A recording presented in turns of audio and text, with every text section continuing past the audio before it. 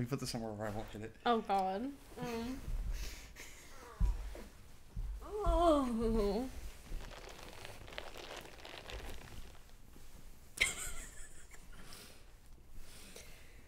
Okay, do so. Am I completely covered? Yeah. Yeah, you're covered. Okay, do a little intro bit. Talking. Okay, hold on.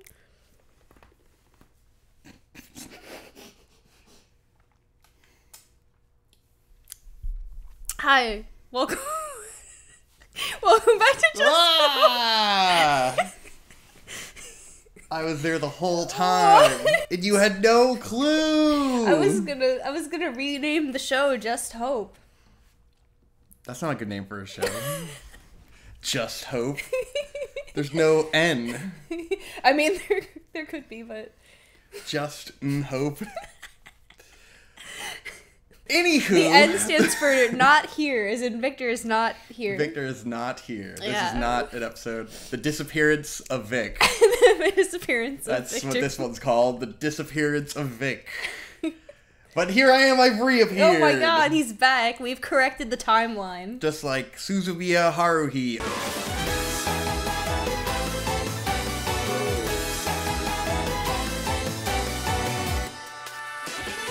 Oh, wow, we're doing a video about Haruhi Suzumiya. That's what we're talking about today. Good old anime from way back when. Back when y'all kids weren't even born. Way back in the ancient year of 2006. The ancient That's before year. the pandemic. My god. It's basically not real. Anywho, so Haruhi, it's on Crunchyroll. It is. And we just fucking randomly decided. We've been watching old anime, kind of revisiting some classics recently.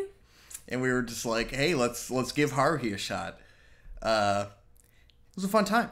Anywho, a little history on our experiences with Haruhi. You hadn't seen Haruhi at all, right? No, I had not seen Haruhi.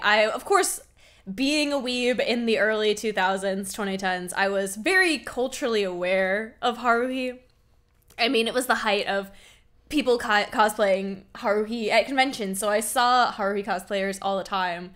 But at that time in my life, I had no interest in watching this anime, and I sort of saw Haruhi as a Mary Sue. So I was very much not interested when it was airing in watching it at all. And then with the Endless 8 coming about, I felt completely vindicated because everyone turned on the show, and I was like, oh, it was always shit, and I was right. Go me. We'll get there. But, yeah, so Haruhi is a show with a lot of cultural significance in the 2000s. You know, nowadays it feels like no one talks about Haruhi at all. It's completely fallen into irrelevancy. Beyond, like, maybe I've seen, like, the Hare Hare Yukai a little bit on TikTok. Yeah, some of the kids will pull that out. Because, of course, anime dances have gotten big on TikTok. Yeah, and that was, like, the OG anime dance that really, like, blew up and everyone was doing it at all the conventions. And, like, you knew the dance. I knew the dance. And at the time, I didn't know that you hadn't seen Haruhi. I had never seen I just the assumed that people doing the dance have seen Haruhi. I just liked to learn anime dances, and it was popular, and so that's what I did. We also, did I ever tell you that we actually performed that at a masquerade, like me and my friends? You did not tell me you actually performed at a masquerade. Yeah, we cosplayed. I've seen you doing it on the old YouTube videos. We cosplayed the Gray Man characters and performed that. Nice. Yeah, I'm proud of you. That's locked away somewhere on the YouTube channel somewhere. You'll never find it. Don't worry. In the spirit of Haruhi Suzumiya. Truly, that's something you did. You know, you didn't even know that you were channeling the spirit of Haruhi when you did that. It all comes full circle. You did something that Haruhi would do. That is very true. But yeah, so Haruhi had a lot of cultural impact at the time. It was kind of like a little perfect storm of, like, talent, I would say. Because, like, the songs are very famous that everyone knows. Hare Hare Yukai was the kind of viral success. But, like, the show put the actress Aya Hirano on the map. Yeah. I don't know if she's still relevant at all, but she was big at the time and did, like, the US con tours and everything, and, like, she was a big deal after Haruhi, for a little while. I did a little bit of research on Aya Hirano because I remember how huge Haruhi was at the time and how famous she was at the time. And, like, having just sniffed around a little bit, I heard that her reputation had, like, really taken a hit and that everyone hated her, like, shortly after Haruhi came about. And I was like, well, what the fuck happened? And it's the typical anime, like, Japan entertainment industry bullshit where, like, if you are a voice actress or an idol or, like, a female who's in the mainstream spotlight, you're not allowed to have a love life, basically. Yeah. And so she was, like, dating a guy, and she was open about it. And, of course, that means my waifu is not pure, and I hate her now, actually. And so she pretty much got canceled before getting canceled was a thing. Which is wild, because I remember that happening at the time and hearing about it. And, like, I can't believe she didn't get to bounce back from that. People it's, like, still really send her death threats to this day. Holy fucking Jesus Christ. Yeah, I was reading about that. It's wild to me looking back on it, like, the impact that Haruhi had on, like, anime community, anime in the West, and, like, because it was right at the explosion of, like, Nico Nico Doga and YouTube and all of these things coming together, so it had, like, this virality outside of the show. And then looking back on it, like, those were, like, my high school years, which feel like fucking forever. Yeah, it feels ancient. But, like, the span of Haruhi coming out was, like, 2006 or 7 to 2010. It was not that long. Especially really the gap wasn't. between Haruhi season 1 and season 2 is only 3 years, which at the time feels long. forever. But now it's like, you've got Attack on Titan coming out for like 12 years or some shit, you know? Like, these things come out over a very long period of time. So it's kind of wild how Haruhi rose and fell in like 3 years. It really was. And it didn't really get to make its comeback, at least from a Western perspective. I don't know how it has aged the in legacy Japan. Remains in Japan. Yeah, I have no idea. Yeah, which something I want to bring up because I did some outside research with it. I'll just get into now because I think this video potentially could be surprisingly relevant. Because I didn't know this going into us watching Haruhi. But after we finish it, I was curious about, like, well, how does Haruhi actually end? Because that's going to inform some of the things I want to say. Haruhi is not over. It's ongoing still. The last novel of Haruhi comes out next month. It comes out in November. Mm-hmm. So I think there's actually a very real possibility that we could see more Haruhi anime. It's definitely possible. I briefly also did a little bit of research on the light novels and, like, read some synopses just so I knew what I was kind of the whole picture. And it's really funny the way the light novels went from coming out like like every month, and then they started going like 3 years, and then 5 years, and then like 10 years between light novels. Because, like, in perspective, like damn, the author wrote the first novel in 2003 and it, like, won an award, and that's what got this all started. And so, like, he wrote a bunch of them pretty quickly, but then, you know, as far as the anime adaptation goes, you've got season 1, season 2, and then the movie. Mm-hmm. And the movie, like, that covers most of the light novel material up to what was released in 2010. Yeah. Like, they were not quite caught up, but it seemed like the novels were starting, like, an arc that lasted multiple books. It was a logical stopping point. Yeah, so it makes sense for them to have stopped there. And then, like, a few of those were put out in 2011, and then one was put out in 2020 that was side stories that filled in between those arcs, kind of like what they did before. Yeah. And then the conclusion is coming out this year. Is this confirmed to be the last one? Yes, it is confirmed to be the last one. Apparently, like 2 books ago, he had said he had like, he knew how it was going to end, and he didn't know how he was going to write it. So this is going to be the last one.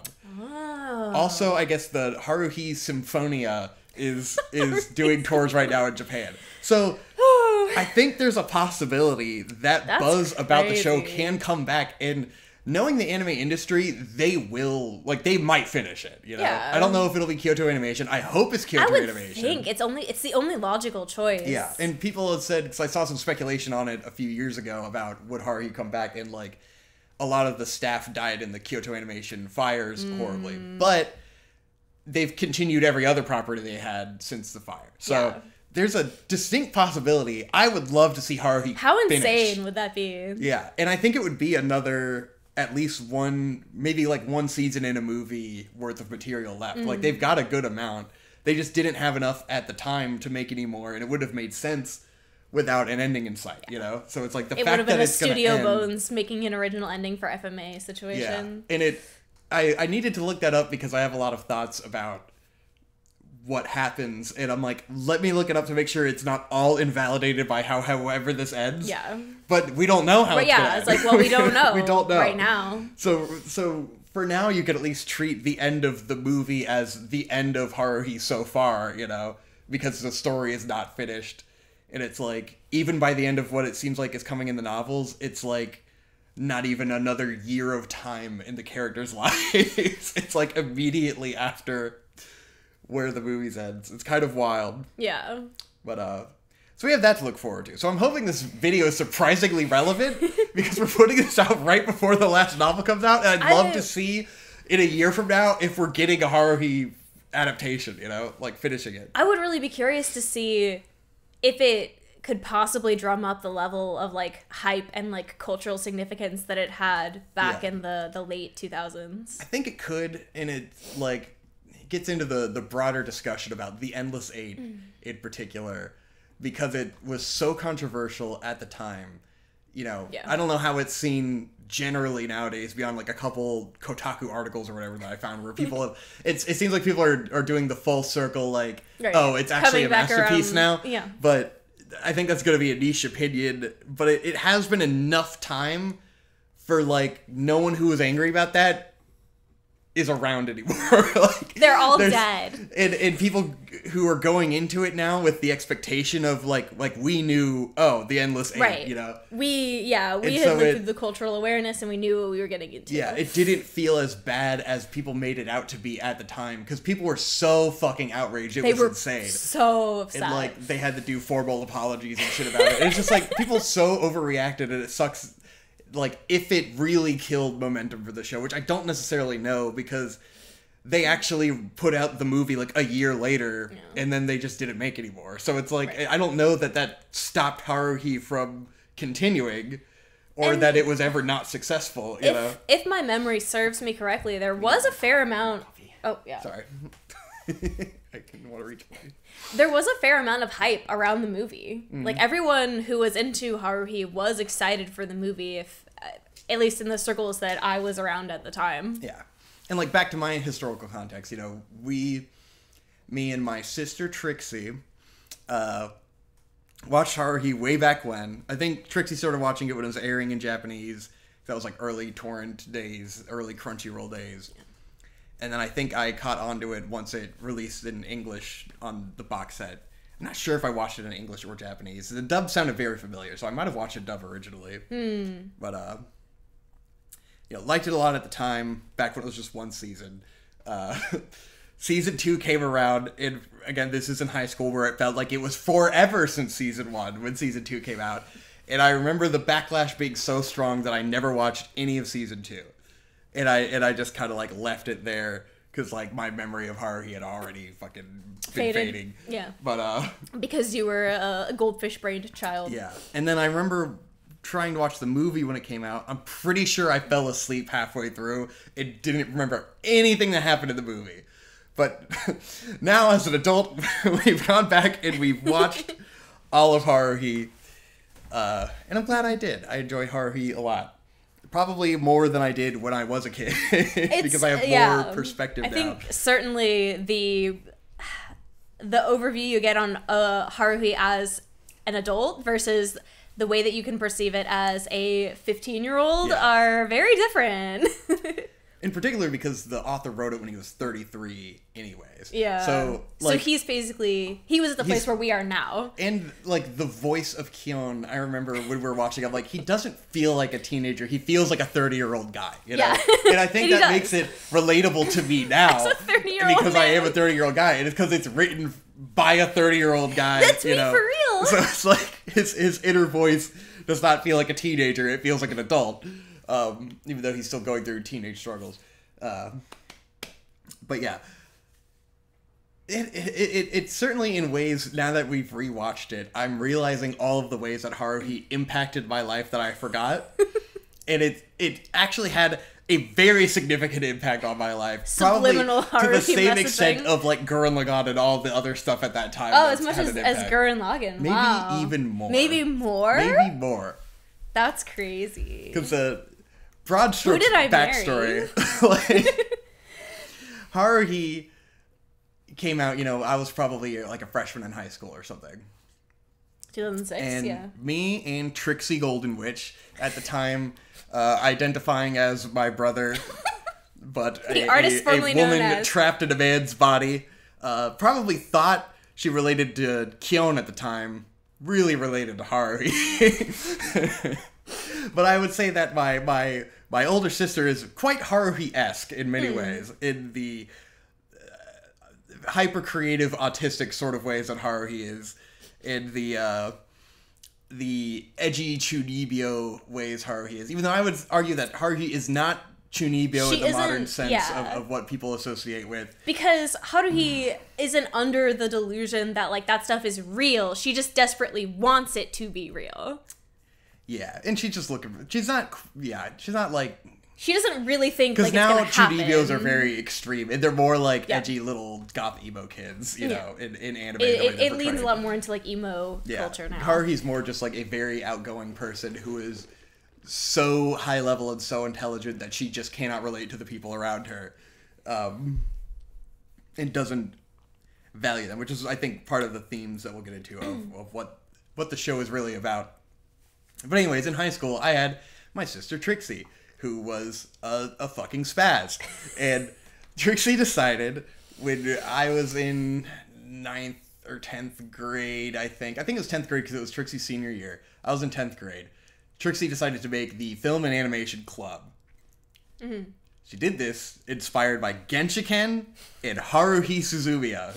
Those were the inspirations. And when we made the Film and Animation Club, every meeting, Trixie wore the Haruhi headband. The signs were there, The signs were there. She wore the Haruhi headband every day. Isn't it so funny that a dude is wearing a girl's headband? Who would have thought? How coy. Cheeky. Anywho. So, we had the Film and Animation Club back in the day. I was the only... So, in a very Kyon sense, because I'm drawing the parallels of I am Kyon, and throughout my life, I've had various Haruhis, and I'll come back to that later after we've discussed more of Kyon. But I was the Kyon of this club, and the club went on basically until me and one other guy were the only ones going, and Trixie had long abandoned it. And then the teacher that had to show up to do the club was finally like, no one is showing up. The creator of the club fucking long abandoned it. Yeah. Why are we still doing this? They shut it down. But I showed up for all those meetings, in a very Kyon sense. You were the trooper, yeah. I was a trooper. The other guy was basically the Yuki, He just sat in the corner. It was just some nerdy dude that was just read. always there, minding his own business, but like he wouldn't contribute to like discussion or anything. I was like, what the fuck are we doing? It was you and the proto school shooter. Anyways, how did that impact my life? Well, a year or two later, Marcus, our friend Marcus, mutual friend, is the new Haruhi in my life. And Marcus would love to do all sorts of impulsive, goofy things. And me and Marcus conceived of wanting to make a new anime club. The Japanese teacher wouldn't let us make an anime club. She would let us make a Japanese culture club. So me and Marcus, and the addition of Hope, made the anime culture club at our high school, and that's where I met Hope. And now we're married. What? Wow, is that what we made this video to say? Crazy. Well, I'm just talking about the underappreciated impact of Haruhi in my life. That is, I guess, yeah. When you frame it like that. Yeah, but rewatching Haruhi, I really got to, and really even finishing it and then thinking on it, because Kyon is a character where most of the time I'm yelling at him and I hate him because of how much of a fucking stick in the mud he is, and it's because that's exactly what I would do. And it's something that I've had to learn continuously throughout my life, is to not be such a Kyon. But anyways, I digress. I want to talk more about the show before I get too far into my business. Because there's arcs in the show that I want to talk about in regards to that. Anywho, Haruhi. Give us a little recap of Haruhi. I've I've been talking for a while. Is that my job? How does it start? What's it about? So yes. So essentially, much like it parallels Victor's life in the way that Haruhi Suzumiya is a girl who is very creative, very smart. She's very bored with her daily life, and she wants something exciting to happen. And it doesn't really matter to her exactly what that exciting thing is, as long as it's something she hasn't seen before or something extraordinary. And so in her quest to incite extraordinary things happening in her daily school life, she ropes in the boy who sits in front of her in her class, Kyon, who is the stick-in-the-mud character. He doesn't want to go along with any of her hijinks. He doesn't want to do the goofy activities. He does not want to have fun. He's just being dragged along. And dragged along. I don't want to be here at all. I don't want to be here. God. This sucks. I'd rather be jacking off at home. That's what we said every time Kyon didn't want to do something while we're watching the show. We're like, oh, he just wants to go jack off. Just go home and jack off, Kyon. It's wow, so much more what a better productive. time. So much more productive. Just jacking off at home. So in the search to create a club, they end up absorbing the literature club's room and its only member in Yuki, who is the quiet, reading, bookish girl who they find in the room just chilling out, minding her own fucking business. She gets roped in, and mostly for a good piece of the show, she is in fact just kind of there, like a little piece of furniture hanging out. Mm-hmm. And then in order to find a sort of mascot character, they rope in the cute, ditzy Mikuru, and then lastly Koizumi, who is kind of just there to be Haruhi's yes man, more or less. Pretty much. He just weasels his way in one day, and he's just like, yeah, I'll do whatever you fucking want, bro. That sounds sick. And this establishes your cast of characters, and Haruhi leads them on all sorts of adventures from there. Yeah. And this was, for me, having never seen the show, the way Crunchyroll has put up the show's order made it a bit of a different experience for me than maybe what other people got, because Crunchyroll has posted it in what is referred to as the Kyon order, which is the true chronological order of the show, which actually mixes and rearranges episodes from season 1 and season 2 together in different orders, so that you're technically watching the correct chronological order of events. Yeah. But in my opinion, it kind of fucks with the flow of the show. Well, I have thoughts on that, because I think it's interesting. I think probably the best way to watch Haruhi, like in a conceptual, like artistic vision level, is probably the original broadcast order of season 1 and then the broadcast order of season 2, which is season 1 and season 2 combined, because that's how they rebroadcast it. I think they have a lot of reasons for why they did it that way. Sure. Partially because, like, season 1 covers the events of like 4 or 5 books. Like, it blasts through a ton of shit. And I think they chose what they chose with the idea that it might only be one season, and they wanted to tell a full story without, like, leaving like a big cliffhanger. Like, leaving a big cliffhanger. Questions. And so when they adapt season 2, they do another 14 episodes, and those 14 episodes take place in the middle of season 1 because they originally had skipped over all of that to save time. And I think to save elements of Haruhi's character that they wouldn't have had time to flesh out, while highlighting things that make more of a cohesive narrative. And then I think thematically, part of the reason why they broadcast them out of order is, for one, to tell more of like a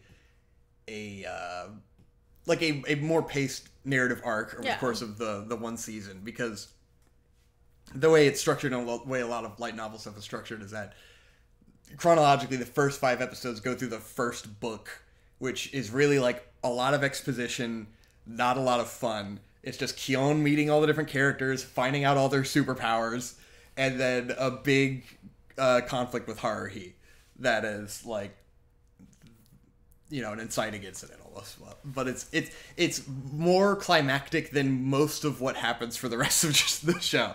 So in the original broadcast order, they put that climax last and put a lot of the fun stuff that comes after Like before. front-loaded the fun.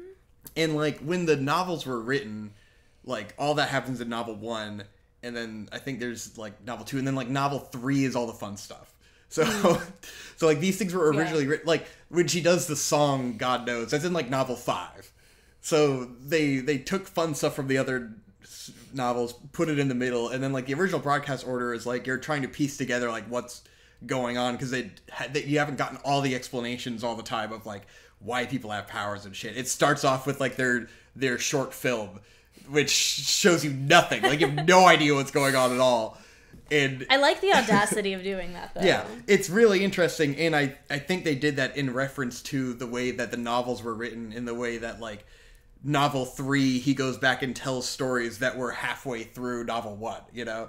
So, like, it always had that interesting, out-of-order storytelling, just from the way that the author went back and, like, retconned and, like, put more stuff in, more fun stories in, that he came up with later. So, yeah, the original broadcast order just has a generally different vibe, and I think it is, like, I think they call that Haruhi's timeline. I think it probably does a better job of endearing you to Haruhi, because you're not just seeing her, like, be inconsiderate over and over again. Only seeing the negative aspects of her personality. And, like, when you watch those first 5 episodes, like, you haven't gotten hooked to, like, why you should like Haruhi yet, because you haven't seen her have fun. And the fun episodes are where you really like Haruhi and the characters, you know? The exposition parts aren't as interesting. But I do think, like, I enjoyed the experience of watching it all the way through. And I think it, like, you probably should do both, because I think there is commentary on context that Haruhi sets out to make. And I think one of the big themes of Haruhi as a whole is framing. Yeah. And context.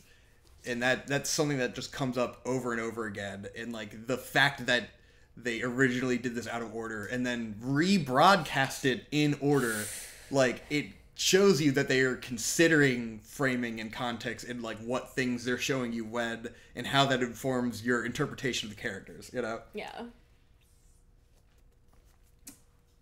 In particular with, let's go through it. Oh, okay. Okay. There's just so much I want to say about Haruhi, and it's hard to structure it. But I like the characters a lot and everything that happens. Yeah. I think it's really funny, because even in the Kyon order in which I watched it, and we watched it together, as we were, like, you know, going through the show, watching a couple episodes every night, up until the point where we started breaking into the season 2 episodes, it was easy for me to see, like, Kyon as the bad guy. Like, he's the one who's ruining everything. He's spoiling all the fun. He's, you know, he's the reason that, like, why can't he just chill and have a good time and, like, be cool? And then when they start introducing those season 2 episodes, it starts to reframe things, at least for me. And I started to look at things and go, oh, Haruhi's looking kind of like the villain now. There's certain, and I could see why season 2 would have had a lot of backlash, and, like, why they saved that for later. Yeah. Because Haruhi is a fucking villain in season 2 a lot of the time. She's a menace. And it, partially, I think, in certain ways, like, I almost wonder if there's commentary on, like, because the story is told from Kyon's perspective the whole time, you know? Mm-hmm. We are only seeing things through his eyes. We are given the context that he has. He narrates everything, and I think by the end of the movie, he's more honest about the fact that he is an unreliable narrator. So I think that they may have been trying to do certain things in a way that makes Haruhi look the way she looks to Kyon, and not necessarily the honesty of, like, how everyone else perceives the situation. Yeah. And we get commentary on that throughout. But it really is, like, I do think the meat of the interesting shit that happens is season 2. And that's where, like, the real punchy character development happens. Even though I think some of it is handled a little poorly. It's a little rough sometimes, but... Particularly the end of the second arc in season 2. But anyways, so we'll get into what's going on. Coffee and talking, not a great combination. But I do think it's interesting, so, because I only have consumed Haruhi from a male perspective, you know? Yeah. As a young high school boy, and I think this is the perspective of most people who have seen Haruhi, they love Kyon, they relate to Kyon, they love his snarky, sarcastic bullshit. I've literally read this in comments when I was researching people's opinions on the show, that everyone loves Kyon. Well, and Haruhi was always thought of as a fucking bitch, and everyone hates her. And Kyon is also, like, he's a real Ben Shapiro type, where he sounds like he's really smart, and he'll quote, like, literature and ancient philosophers and shit like that, because, he's so smart, he's so above it all, he's so objective. You'd like, ooh, facts don't care about your feelings, sweetie, and you're like, all right, cool. Yeah, and he's really not that smart at all. He's kind of a dumbass. He's absolutely fails in school, like, and it's one of those where the intellectual things like, oh, well, I'm better than school. Well, these skills I have aren't actually applicable. You know, these are like, for stupid people to learn. He is kind of a fucking dumbass, and he's completely lazy and absolutely irresponsible. Oh, yeah. And as evidenced by the fact that, like, he doesn't do his summer homework until, like, 2 days before summer really ends. gets into the Endless Eight as an arc is a perfect encapsulation of all the show's themes. Which I want to try to do. We're going to do scattershot, but there's a lot to cover. Yeah, there's a lot to cover. So building up to that throughout season 1, we've mostly got, like, you have your first arc of introducing Haruhi. You have various episodic stories about Haruhi, and the Endless Eight is one of those various episodic stories. But I think it goes a long way into kind of really communicating the point of Haruhi, and it gets into, so for those of you who don't know, the Endless Eight is an arc in Haruhi that is about a Groundhog's Day time loop. This was the most controversial thing about the show that made everyone hate it. A big deal. So in the light novels, this is one chapter where it takes place in the time loop. Kyon figures out they're in the time loop, and it's number 15,000 whatever of the time loop. 15,547. And then it's about the resolution of that. And, like, the general plot is that they are trapped in an endless summer.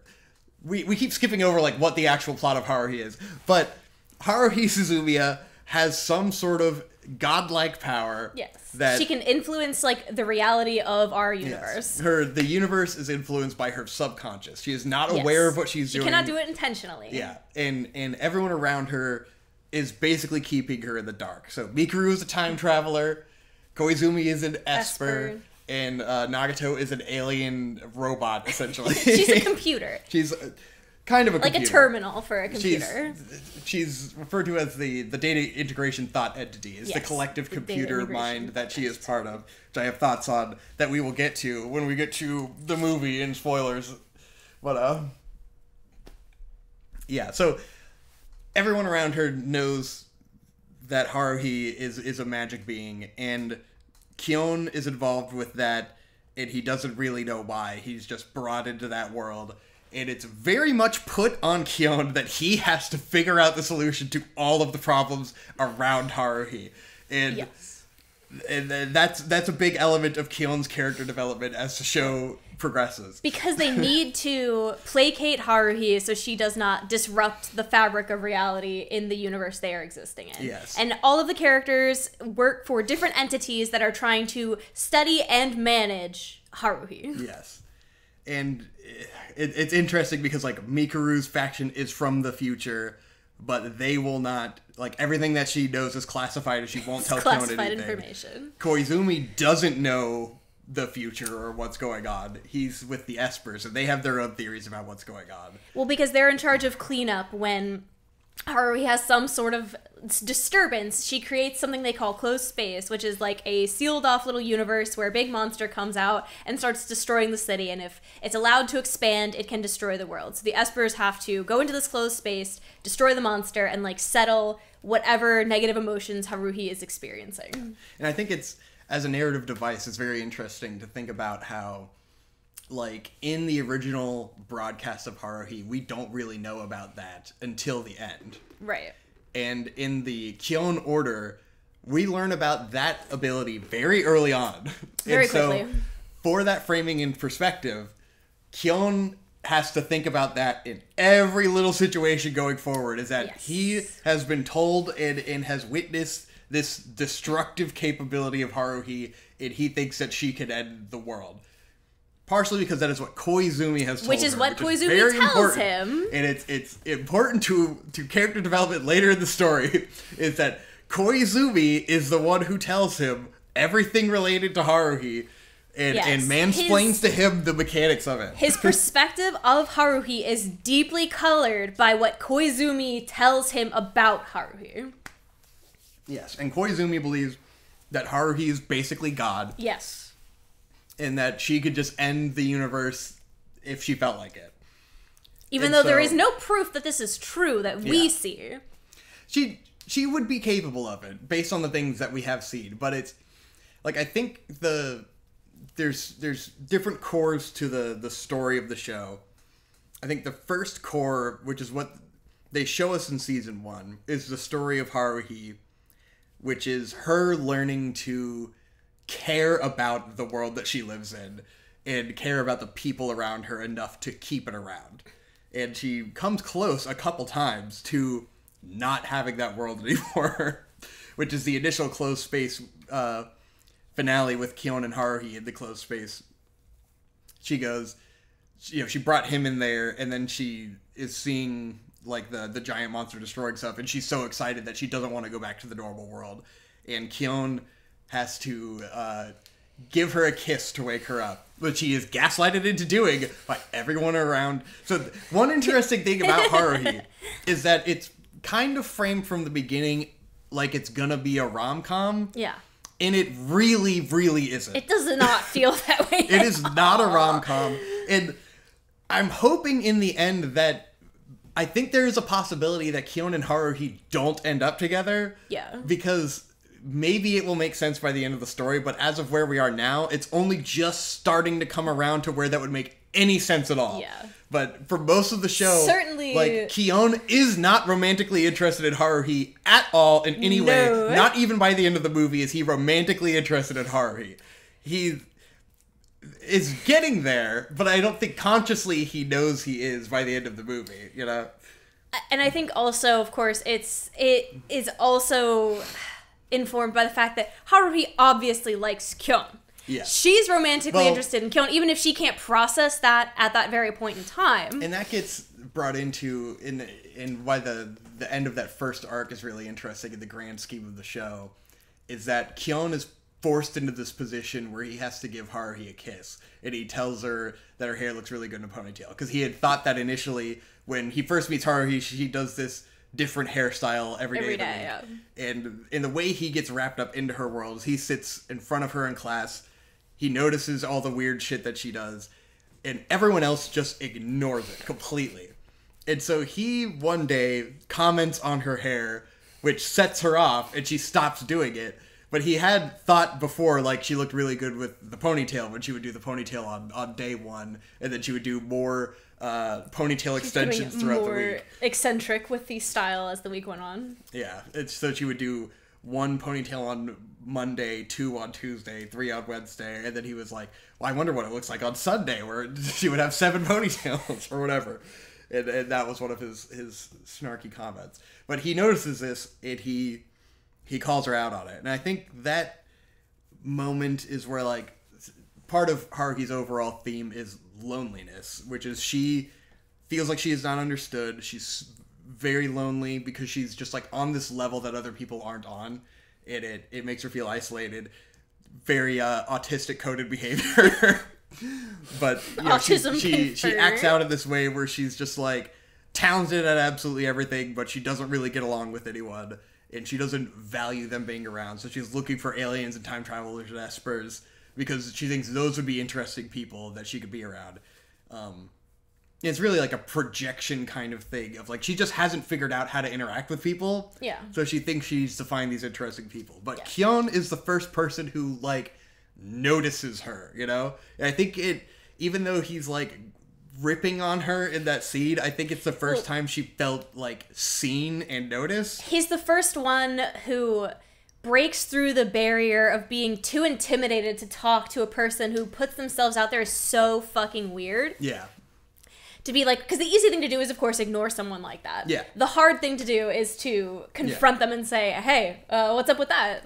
And, like, he sees her in that moment, and she's like, you know, everyone else just is a pussy and ignores and, like, is too afraid to talk to her, and he said something. So that made him interesting in that moment. I think part of what makes Kyon interesting to Haruhi is his resistance to do anything, you know, because he's got this, you know, certain mystique about him, I suppose.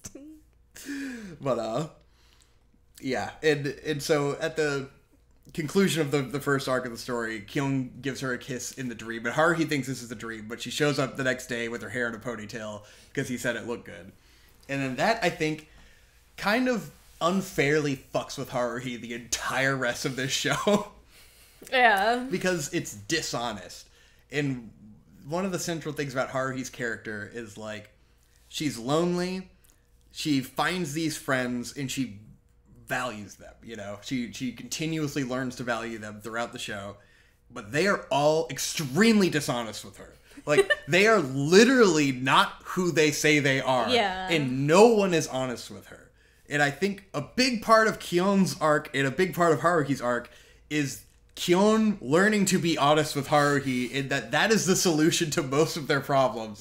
And it's really like, from the beginning of Koizumi putting it in his head to overthink all of these situations, interacting with Haruhi, that it makes it, like, very unfair and stacked against her, because they all have information that she doesn't have, you know? Yeah. And so she's just trying to go throughout what she does, and she doesn't know that she's causing all this bullshit. And everyone around her is yes-manning. Koizumi constantly reinforces with Kyon that he cannot be honest with her because it will destroy the world. Yeah. So he's constantly saying, no, you can't do that. No, you can't push back. No, you can't tell her this. No, no, no, no, no. You have to keep going with the status quo or else. And it creates this spite in Kyon and spite in the audience, because you're thinking of Haruhi as this spoiled creature that's going to end the world, and she doesn't give a shit about anyone. But it's mostly, like, things that have been projected onto her by Kyon and through the framing of Koizumi saying, this girl is dangerous. It's Koizumi coddling her all the time. Yeah. And then Kyon always has this bitter perspective of, like, ugh, I can't do this with Haruhi, you know? And, like, oh, why does she get her way with whatever? And it's like, she shouldn't get that. And eventually it ends up working out by the end of season 2 in Kyon's perspective, where he is able to stand up to her, and it doesn't end the fucking world, right? You know? But it's always Koizumi chirping in his fucking ear, going, "You can't talk back to Haruhi," no. And it's disrespectful to Haruhi as a human being to just keep lying to her and also, like, yes man her, because from her perspective, all of her friends are down to do whatever she's doing, you know? Right. The only one slightly protesting is Kyon, but ultimately he always goes and he'll always along cave, with it. right. So it's, from her perspective, nothing is wrong, you know? Yeah. That's something to keep in mind when you watch Haruhi, is that from her perspective, everything is normal, you know? Because if they didn't want to do something, they would say something. Exactly. These are her best friends. These are her only friends. And they are all lying to her. She's probably interacted with in any serious sense in years. Yeah, and her she peers trusts at them.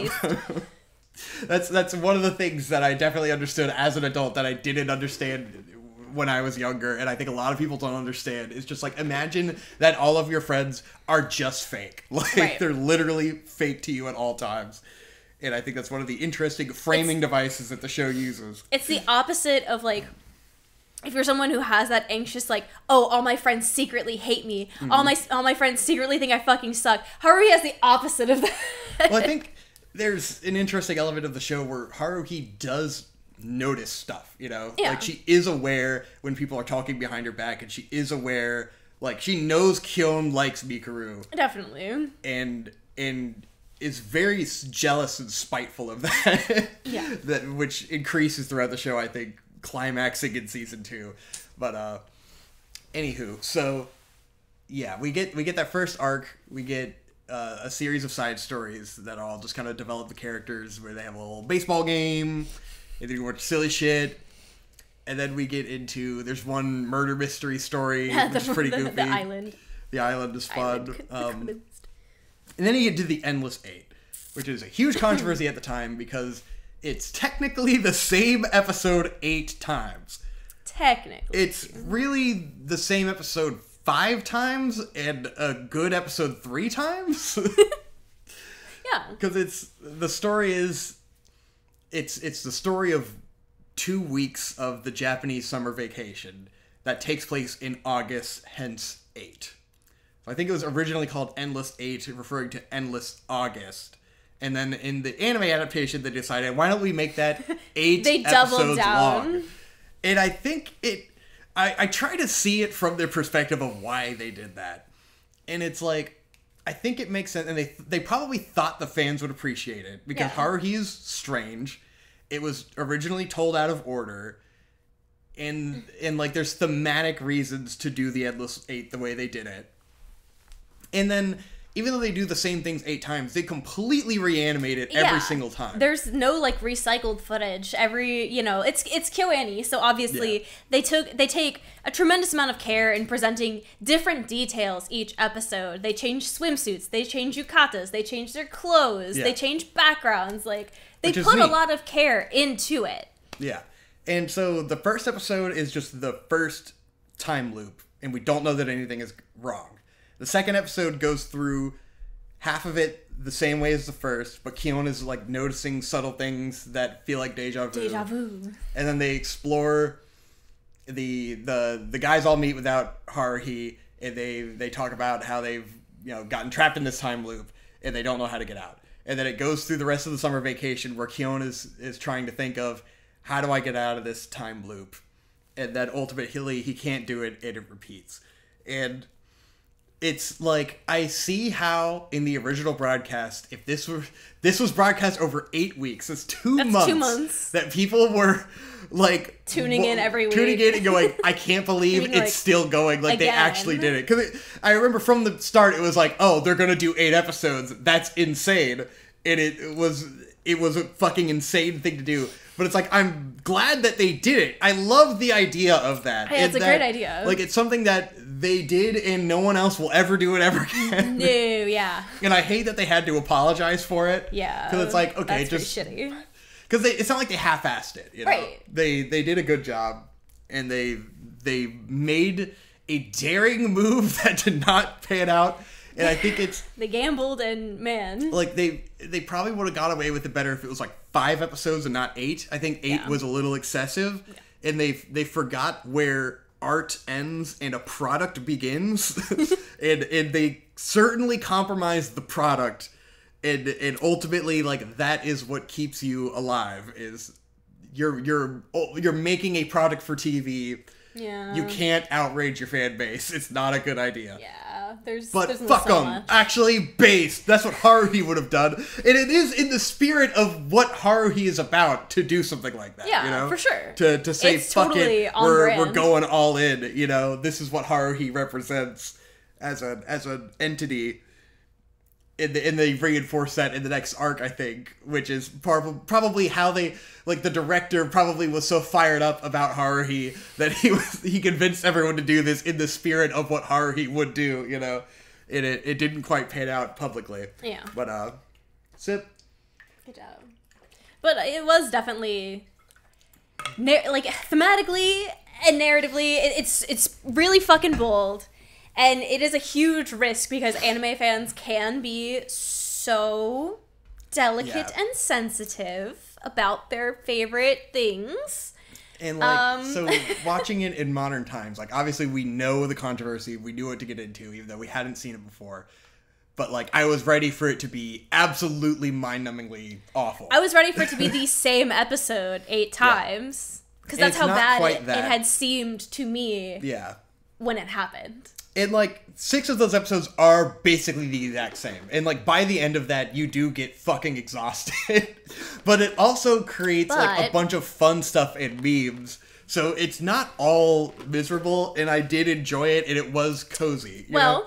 And it also doubles in the sense that by the time you're getting to your 5th iteration, your 6th iteration, you are totally on the level with Yuki. Where you're like, oh my god, okay, we're doing this again? Okay, here we go. So the other element of the plot is that Yuki Nagato, being part of the thought collective or whatever, she does not perceive time in the same way. And so she is not looping. She is experiencing it every single and remembering time. each loop. And I think that's extremely important when you get to the movie to know that she spent almost 600 years in this time loop. They math it out and tell you, because Kyon maths it out and he's thinking about it. They spent 600 years in the time loop. It's a long time. What I think is like the really interesting part of it, and I kind of read an article that I think gassed it up a little too much, calling it a masterpiece and stuff. But they're talking about how Haruhi says a lot with very little. And how it'll say a lot in like a face or an emotion, you know? And so the Endless Eight is really this exercise in framing, which is what the whole show is all about. Because every single episode, every shot is framed differently. And it gives you different bits of information and different interpretations on the same events. Which is kind of cool. And I don't know if they had different directors for each episode or something, but... Some of them it felt like that's definitely the case. But it gives you perspective, and I think that perspective is important for the next arc in the way that, like, you can take the same script and change the lighting and change the way the lines are delivered and make it feel completely different. And, like, there's a few episodes in the Endless Eight where the style is, like, very dramatic, and it makes it feel like there's this epic plot going on, you know? And then, like, the next one, it'll just be, like, totally basic, like, completely normal, just... casual Haruhi stuff. And there's different... stuff where like Kyon does the math of the like how long Yuki's been trapped in the world, and in one of them you see him like actually break out a calculator and like struggle, and it's like Kyon wouldn't be able to do that off the top of his head, right. So it's not off the dome. It shows you the different ways that you can frame scenes. And like there's the one where he's laying in bed and his hands are like in his pants in a weird way, and it's hilarious. And there's just like all these little things like that where it shows you different contextual ways you could look at a scene. And I think it's really important in certain moments, particularly with Koizumi, because like one important moment in the Endless Eight is they're on the rooftop, Haruhi's looking through the telescope. This is after Kyon knows that they're trapped in a time loop.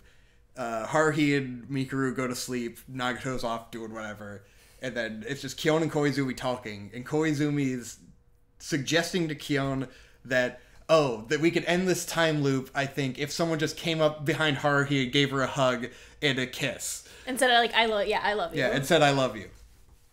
And he says this to Kyon, and it has, like, a multitude of meanings by the end of the show. Because in the movie, you end up in this alternate timeline where Koizumi is a regular guy, and he's friends with Haruhi, and he says in the movie that he is in love with Haruhi in that timeline. Which recontextualizes tons of things. Yeah, it completely kicks back and recontextualizes it. But even in that timeline, he recognizes that he thinks Haruhi isn't interested in him and is just going to get bored of him because he was a transfer student and whatever. So, like, Koizumi... And even there, because he says it, like, he suggests the idea that somebody...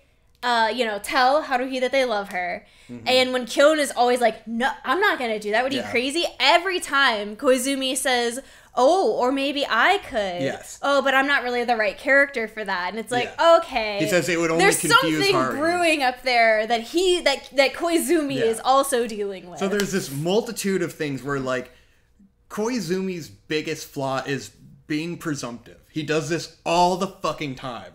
He presumes what Haruhi's gonna do and how the world works and all these mechanics, and then he projects that onto Kyon.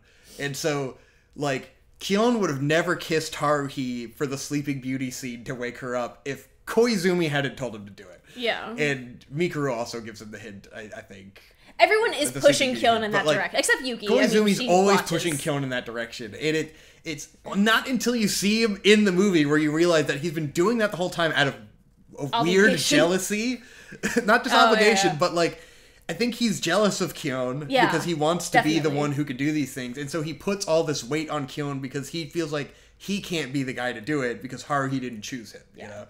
And so you see that in the Endless Eight where he's like, Koizumi's thinking, like, I could fix this all now if Haruhi chose me, but she didn't. So he has this spite towards Kyon where he's fucking with him and egging him on because it's like Kyon can do the thing that he can't do, and he's definitely jealous. For sure. And you realize that it puts all of Koizumi's actions into perspective where he acts like this non-player and puts everything on Kyon partially because I think he is jealous. Oh, definitely, because you can tell when he describes, like, when he's talking to Kyon about why Haruhi likes him. Yeah. And you can tell that, like, he has this, like, he has a huge, like, envy that Haruhi perceives Kyon as this very interesting person. Yeah. Like, that's the person that she trusts the most. And he specifically cites that, and you're like, oh yeah, he's totally jealous. What I think he doesn't recognize is that what Haruhi actually values is Kyon's honesty. And that is the central pillar of his character, because the other characters by their nature cannot be honest with Haruhi. Well, and so she has no one on her side, really. And that trust comes from the fact she knows he'll be honest with her. Exactly. She can't from the trust beginning, he anyone called else. out the hair, and so it's like he is always going to be the leveling, honest. Like, and sometimes she'll take that honesty and go, "Oh, I don't fucking care." Yeah, sometimes she'll say, "Fuck you," which but is fine. also, but it's like, important to have someone around you that you feel like you can trust and is being real with you. And most of their conflicts come through when Kyon is being told that he can't be honest with Haruhi. You know? And that's a lot of the conflict in season 2 and in the Endless 8, where they go through this time loop over and over again, and Kyon can't figure out, like, because he's got this perspective in his head that, like, oh, Haruhi isn't satisfied. And so it gets to the end and he always goes, what the fuck does she want? Why isn't she satisfied? We did everything she wanted to do. But he hadn't thought at any point, like, first, what does he want to do? And then what does Haruhi really want? You know, Haruhi wants to hang out with her friends and be seen and be recognized and feel like she's with them. And ultimately, like, they're all always being dragged around, you know? Yeah. And I think to an extent she knows that and doesn't feel like they... Because she does have self-conscious moments, and I think she goes home and broods, you know? Yeah. Like, that's the type of person that goes home, they act all outgoing, and then they go home and they fucking brood. Obviously, she's depressed. That's what this whole thing is about. So, she, presumably, like, they have one day left in the summer, and every time loop, they don't do anything. Kyon goes home, he can't finish his homework, and then the time loop begins. And then, it's like... By the end of the Endless 8, you're screaming at the screen because it's so obvious. Like, all you have to do is just spend one more day with Haruhi. Do something. Like, do literally anything. It literally does not matter. And it just needed, like, Kyon just needed to come up with something, and he's too busy thinking about it because he's been given this framing of Haruhi's not satisfied. And so it's something very particular that they're missing. And it's like, it was nothing particular at all. It was just whatever. Just literally anything. And so he comes to the realization... finally, that he has not finished his homework and they should all get together and do their homework together because Haruhi's already finished her homework and finds it easy. And it's this great moment because, like, that's finally something that Haruhi can give them that only she could do because she's just a genius. And, like, obviously she should... You know, this is an obvious move. Ask Haruhi for help. And I'm sure that makes her feel very valued at the end of the summer to be able to come over and help her friends with their homework, you know? Well, and I don't think it's even just that. I think that because Haruhi is the leader and because she's so used to, like, planning everything that happens, nobody gives her any pushback, nobody gives her any feedback. She's planned this, like, whole huge list of fun things to do, and, like, Mikuru does add one little thing. Yeah. But, you know, by the time that all that transpires and Haruhi has, like, planned all this and all these things have happened, but nobody has, like, made the effort to, like, put forward, okay, I want to do this with you. It's all her saying, hey, why don't you come with me and do this thing? Yeah. And sometimes you want someone to reach out and say, hey, why don't we do this? I want you to do this with me. Yeah. It needs to go, like, it's a flow of going both ways. And that has to do, again, with the loneliness of, like, when you're the one who's constantly planning, and no one ever reaches out to you, it becomes very isolating and very lonely, and it's draining. Yeah. And so she just wanted someone to say, hey, I know we don't have any plans tomorrow, but, like, fuck it, just come over to my house and we'll do homework and play video games. Yeah. That's all it took. All she wanted. That's all she fucking wanted was for someone to reach out to her. Yeah. To break that isolation. Like, the grand romantic gesture is Koizumi's projection because that's what he wants to do with Haruhi. That's what Koizumi wants. And so he thinks that's what Haruhi wants. It's like, oh, well, she likes Kyon, so obviously she wants Kyon to do this. And it's like, that's not really what she wanted at all. Even though she does like Kyon, it's very clear that she has a thing for Kyon and isn't saying anything about it. Right. But also, like, them being together would make no sense and wouldn't work at the point they are in the story, you know?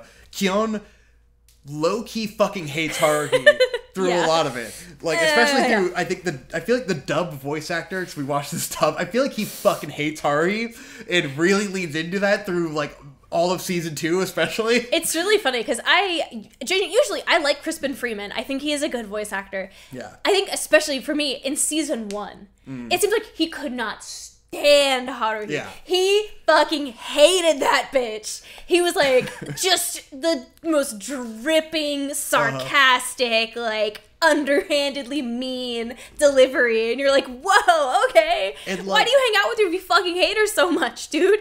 It's fine in the way that I think, because it, again, has that framing of, like, it poses itself like it will end up being a romantic comedy, and it fucking isn't at all, and Kyon hates her most of the time, and it's really not until the movie that he finally learns, well, really, the second arc of season 2, which we'll get into now, and then the movie is where he finally learns to fucking appreciate her at all. Yeah. But most of the time, he's just being a bitch, and sometimes just being fucking spiteful. He can be pretty fucking spiteful. I really think a lot of that is influenced by all the pressure put on him. You know? It's that he's projecting all of this negativity onto her because he's stuck in these situations that he feels like he can't control. Yeah. And it's really stacked against both of them to not have a good relationship, and it's about them working through it.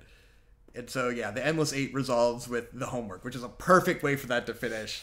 And time moves on, and then we get into the next big 5-episode arc, which is definitely the roughest point of the show, especially for Haruhi. Yeah, because it's about the gang making a short film for the school festival, which is very comical, but it's like the way it's framed in season 2 is like, it feels really dark the whole time. It feels really mean-spirited. You're like, and like, Kyon is just on his absolute bitch shit the whole time, giving Haruhi such a fucking hard time, and then it ultimately culminates in like Haruhi fucking...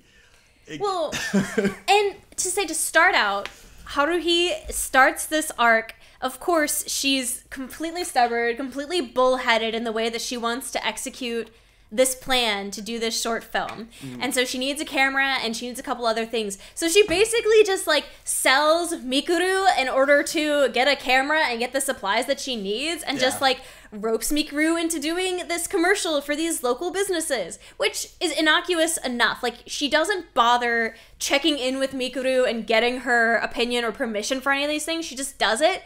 It is relatively innocuous to start. Yeah. But it starts small and then it builds as they're going about filming the movie, and it becomes like Haruhi asking more and more over the top and like embarrassing and ultimately kind of shitty and harmful things out of Mikuru. Yeah.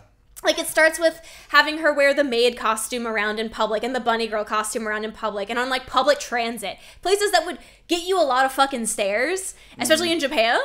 And she's super uncomfortable with it, but Haruhi pushes her through it anyway. And then they're filming, like, an action scene where Haruhi wants Mikuru to get thrown into a frigid pond, a freezing cold pond.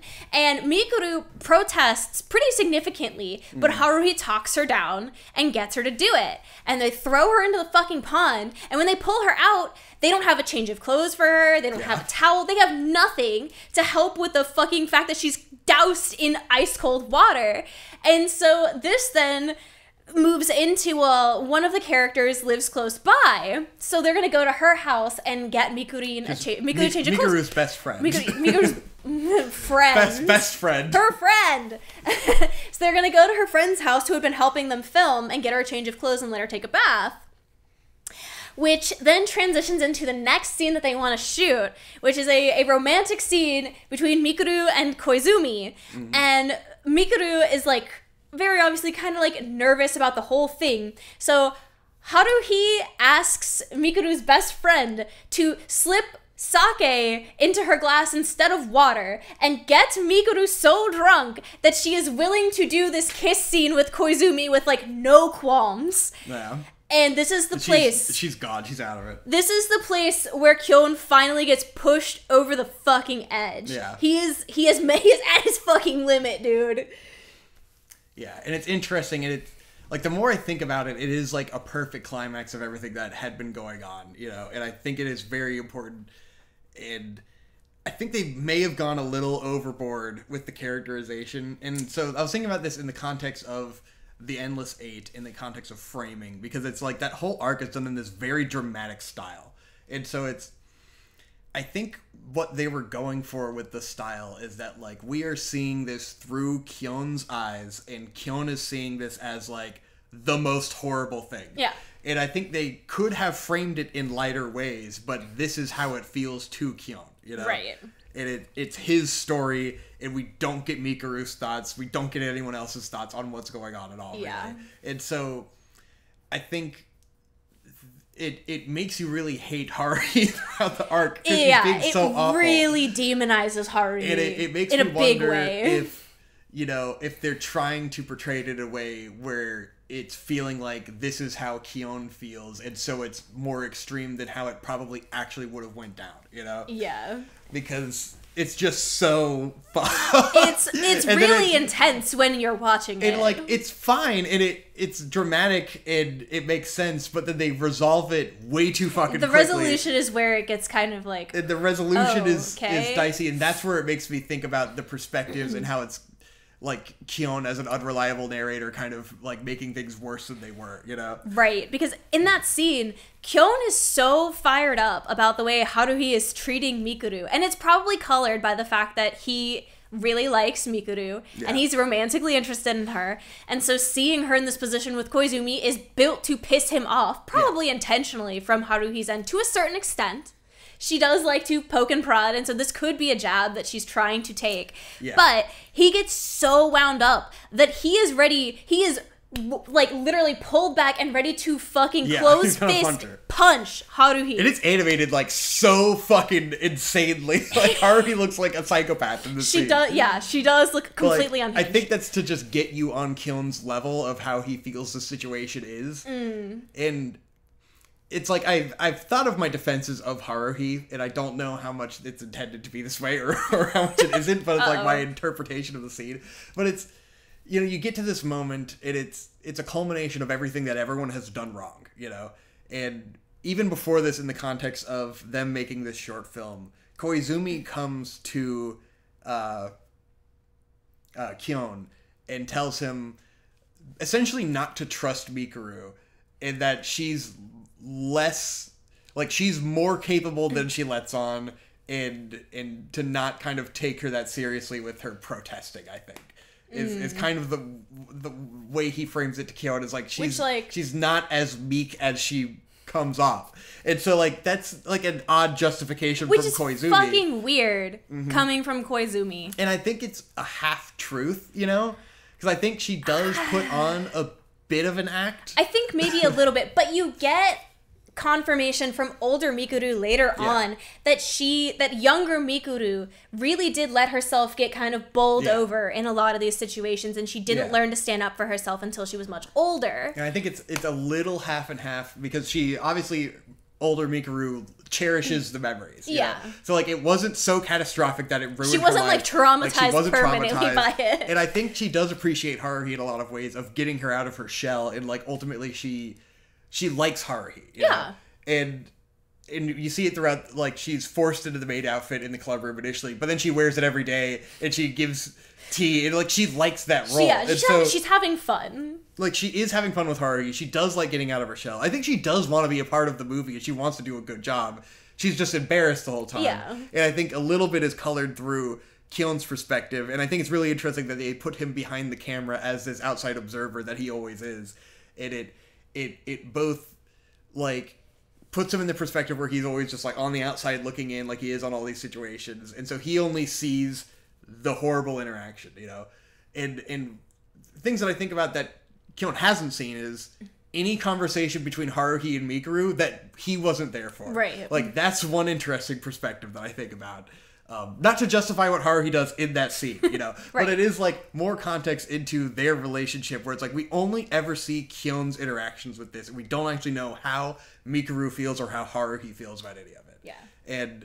And we're also denied any apology from Haruhi to Mikuru at the end of the arc. Yeah. And I think that's where the conclusion of it gets really dicey, because we see Haruhi do these horrible things to Mikuru. We don't see We don't like, see Mikuru's those resolution of two. that. Yeah. But we also are only seeing Kyon's perspective, and we don't know that she didn't apologize to Mikuru, you know? We don't know that they didn't talk There's later. literally only one scene in, like, the last episode of Haruhi where we ever see the characters without Kyon there.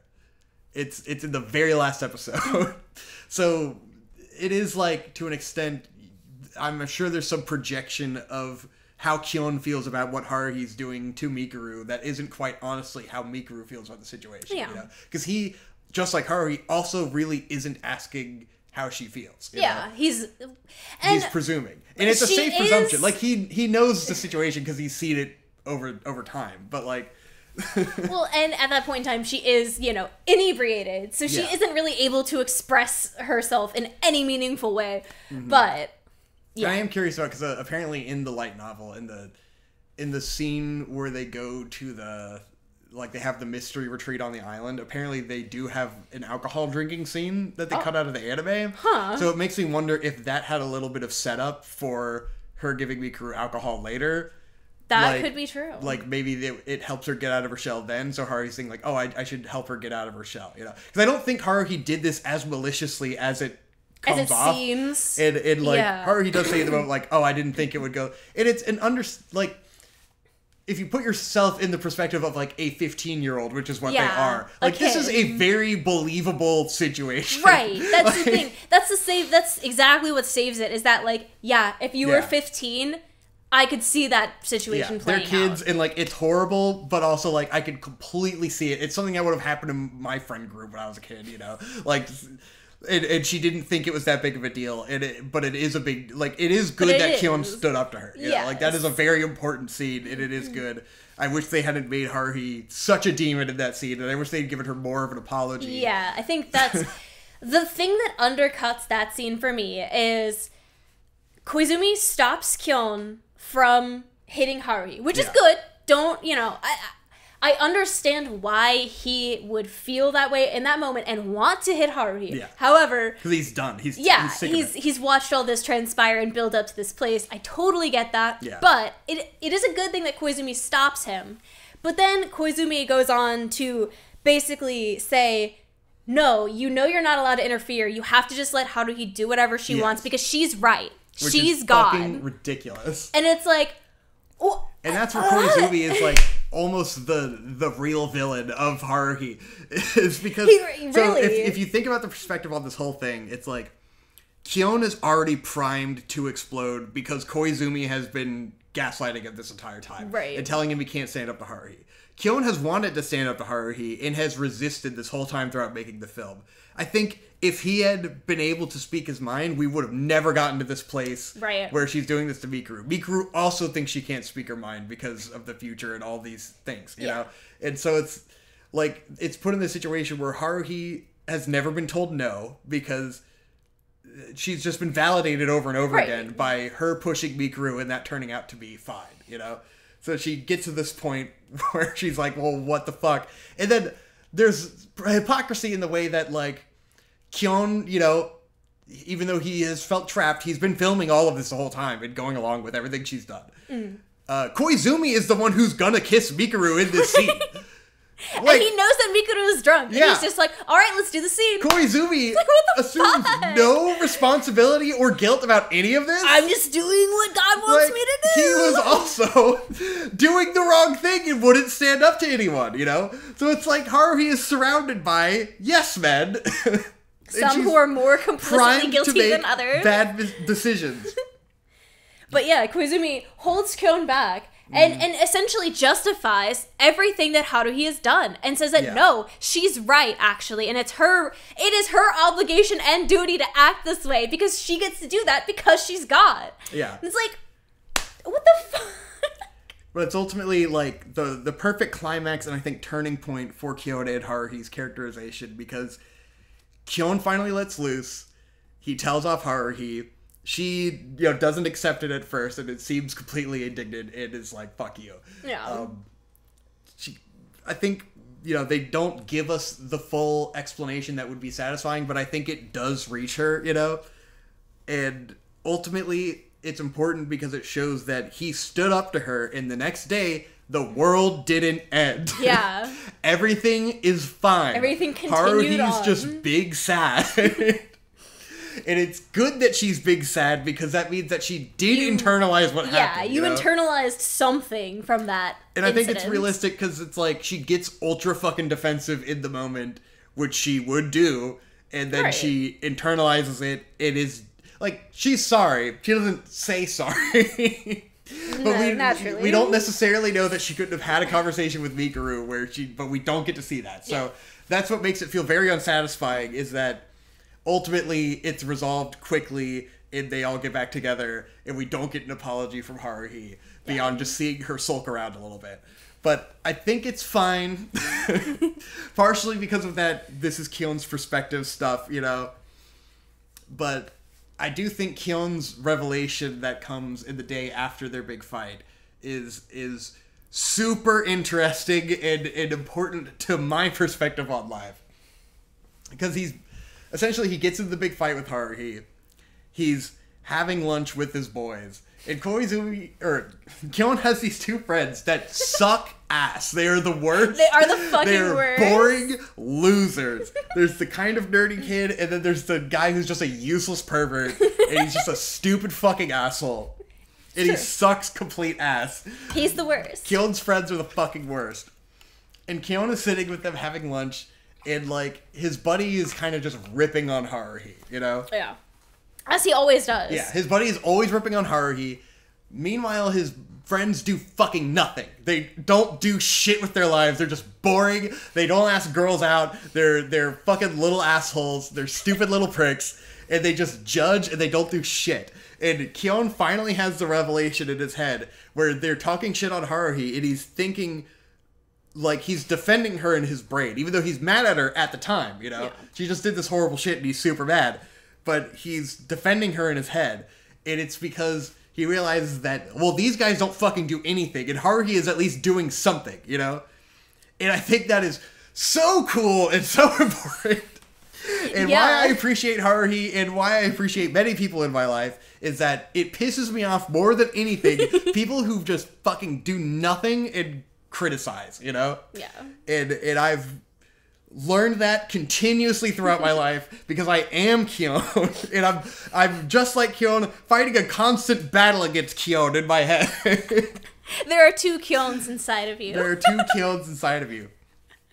But it's a great moment where he first finally realizes that he appreciates Haruhi for what she does, you know, because he thinks about, I could be like these fucking dicks, just sitting around judging someone while not understanding all the work they're putting in, you know, even though she's doing something stupid. Like, she knows it's stupid. Yeah. You know, she knows the film. I don't think there's any pretense that, like, and he, until then, is going throughout it where, like, the whole time they're making the film and the whole time they're doing anything, he's criticizing it the whole time in his head and thinking about, oh, it's so dumb. But it's coming from this place of, like, not understanding why she's doing the things she's doing. And, like, it's easy to project onto it, like, oh, well, you're not making a fucking masterpiece film. Why are you doing anything at all? Oh, this doesn't make any sense. It's like she's just having fun. And you gotta be able to cut your brain loose and just fucking enjoy being alive. Yeah. Well, it's the ego and the self-seriousness that Kyon often has, and that what he wants to do, and this can be honorable. Like when you want to do something, you want to do it right. You want to do the best that you possibly can. You want it to be as close to perfect as it can possibly be. So if you know you're doing something silly for fun and it's gonna be goofy and it's gonna be stupid, that's fucking embarrassing. That takes a hit to your fucking ego of like, but I'm a serious person and I, the things that I make are meaningful. But the reality that he can't recognize is that if Haruhi wasn't there just pushing forward, he would do nothing, you know? Right. He would be sitting at home jacking off and playing video games. Hands in the pants. and that, I think, is the thing I appreciate the most about Haruhi. That ironically, like, because I never watched season 2, I never saw Kyon get to that point until now. Yeah. Which is a point that, in my character development, in my life, I have had to learn over and over again. Which is really interesting. And I remember, like, it really reminds me of me when I was in college at various points. Because, I lived with Trixie the Golden Witch. And she was doing the My Little Pony YouTube stuff and all that shenanigans and the rap albums and everything. And, like, all this stuff that is insane. Like, and I've always been tertiary to that and participating in some of it. And like, and I've always been a Keon about it, you know? Like, always in my head, like, oh, well, these raps aren't perfect, or we're making these music videos and it's stupid, or whatever the fuck, you know? With that critical mind. But I remember being around my friends who, you know, like Donson and Brandon, Tolentino, and all these guys that would, like, hang around our house and hang out with me a lot and rip on Trixie all the fucking time. Even though they would hang out with her and, like, we would all have fun, you know? We would all rip on Trixie because it's what you do. Because Trixie is bold and cringe, you know? Trixie does ambitious, weird, cringe, stupid shit. And it's very easy for normal people to look at that and criticize, you know, and dog on it over and over again. And I remember having that feeling all the time of, like, even though I'm here and, like, I have the same critical thoughts, it pisses me off when you guys criticize because you are doing fucking nothing, you know? And I've always appreciated that Trixie does shit, you know?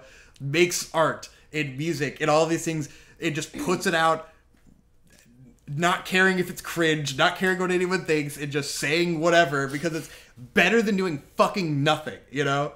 And I appreciate that. And that is the most Haruhi-spirited thing there is. And Keon came to that realization the same way I did, which is you hear people that do fucking nothing and are too ashamed of themselves to even take the first step, you know, and think of themselves in this way where, like, they could make better. And it's like, you can't, because you'll never even start, you know?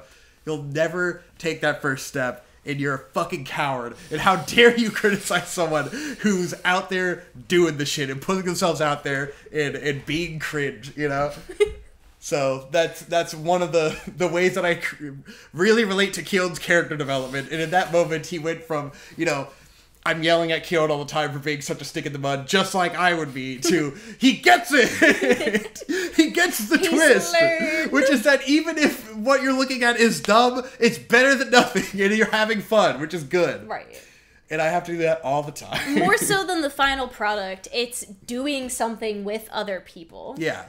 It's and the making experience. Memories, you know, like yeah, having it's the done experience something. of being like, I did this thing with these people. That's in my brain forever. It doesn't matter if what we made is fucking dog shit. Yeah. That's not what's important. And, like, I have so many cherished memories of BronyCon and all this insane shit that I used to do with Trixie, you know, that's, like, it was exciting and fun, and it was not always great, and it was cringe, and we made a lot of goofy shit, but it was, you know, we did something. We had a fun time. We did rad cons and shit, you know. Trixie was a Haruhi-esque character in my life. Very much for so. sure. Yeah. Yeah, so that was the cool part of that arc. But anyway, so Keon comes to that realization, and then he ultimately welcomes Haruhi back into his life, and he cheers her up, and is like, hey, let's finish this film, you know? Which is cool. And then he begrudgingly finishes the rest of the film the exact same way he was with the rest of it, but being a little less of a bitch. Which is also how I am, so. Well, he also gets saddled with editing the film as well. Yeah. Which great Haruhi just expects him to know how to do. Yeah. In adulthood, it's like my whole life philosophy with how I interact with a lot of people, which is that, like, I just say yes to everything because in my soul, in my nature, in my heart, I don't want to fucking do anything ever. But ultimately, if I follow that instinct, I would be a puddle. I would be nothing. I'd be sitting on the couch playing video games like I always fucking am. You have to just say yes to shit, even if you think it might not work out, because you'll be happy that you did something, you know? Yeah. And you look back on it, even if you hate it, you look back on it in 4 years ago, oh, that was pretty cool that I did that. I have an experience and a memory now that I didn't have before.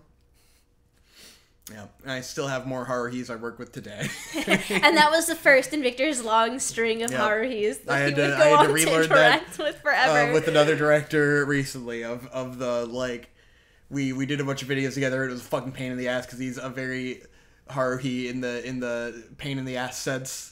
And then it was like, we stopped doing videos for like a year, and I was like, I miss that. I miss, even though like the whole time I was like, why the fuck am I doing this? This is so stupid. I hate this. It's so miserable.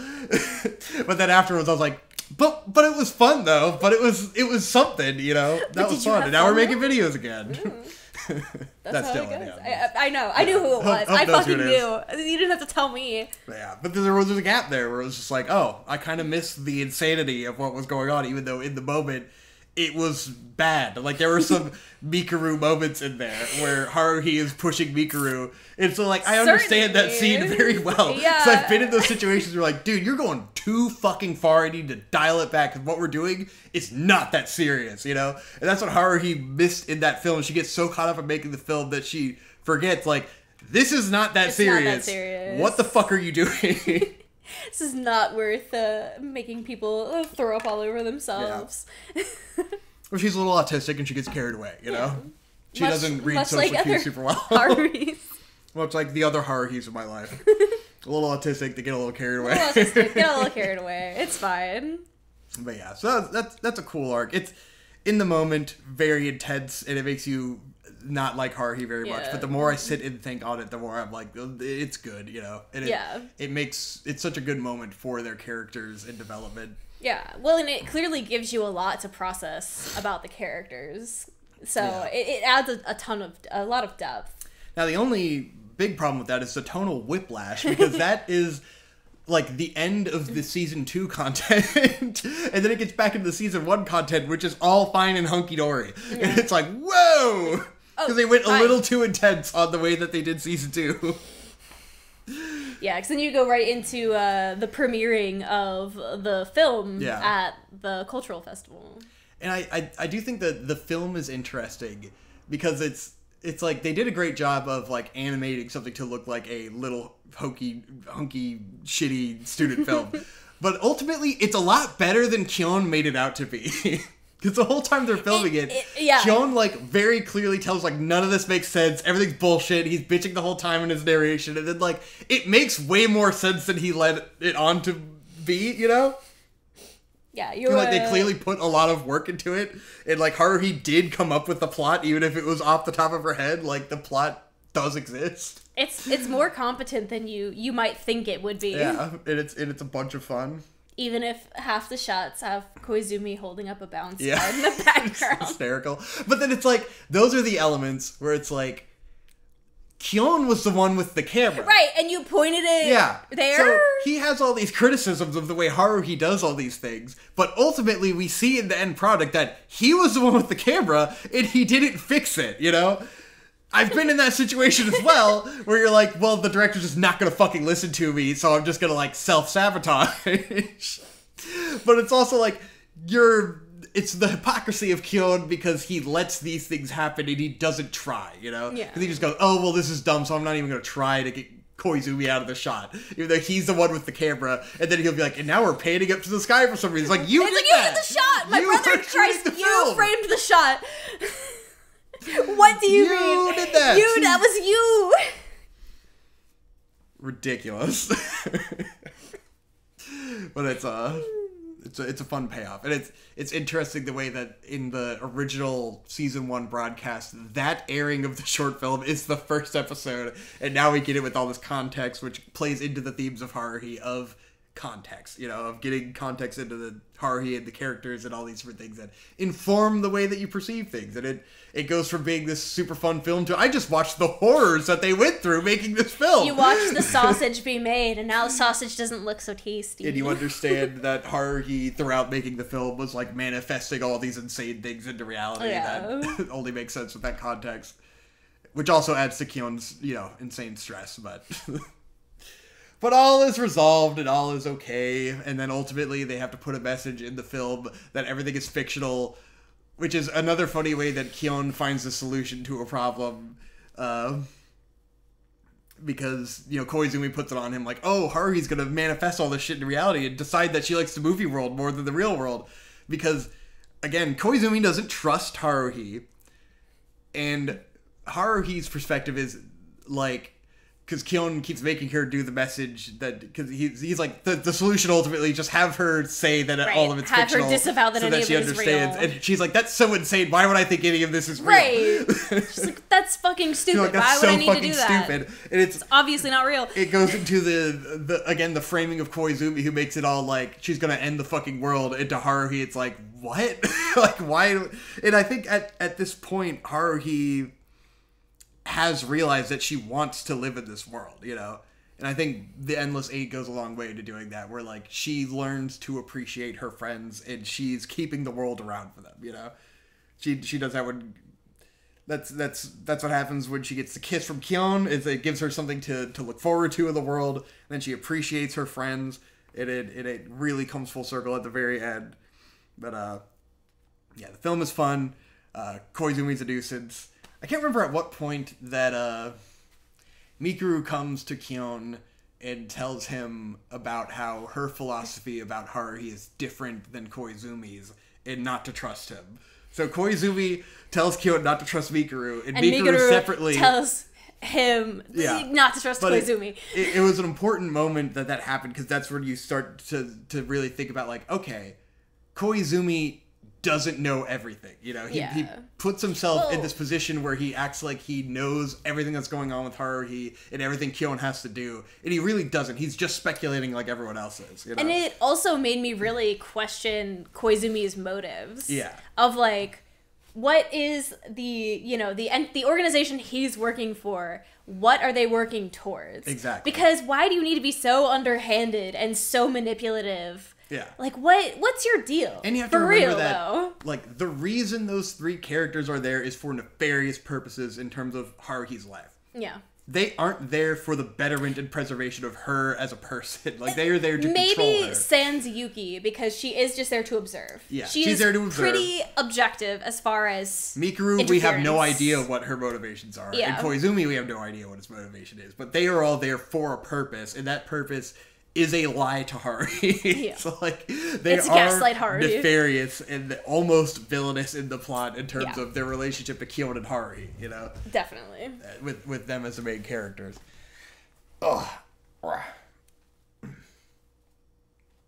I'm curious if Kyon is, or Koizumi is the final boss. I really was starting to think, I'm like, is Koizumi and his organization, are they the real villains? I think that, like, from what I saw of the Coming Light novels, a little bit, but I don't know. But yeah, it does seem like he has a hand in other, like, yeah, because more characters are introduced and stuff. Events that manipulate Haruhi in her life, but we will see. I mean, you know. Yeah.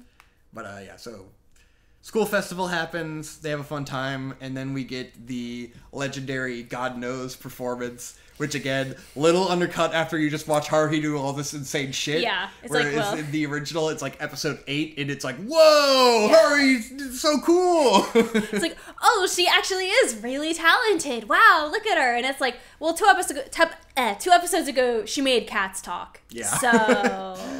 But, yeah, there's an awesome scene where Haruhi but sings it's still really and plays cool. guitar. And it does show, like, Haruhi is immensely talented and is the GOAT, you know?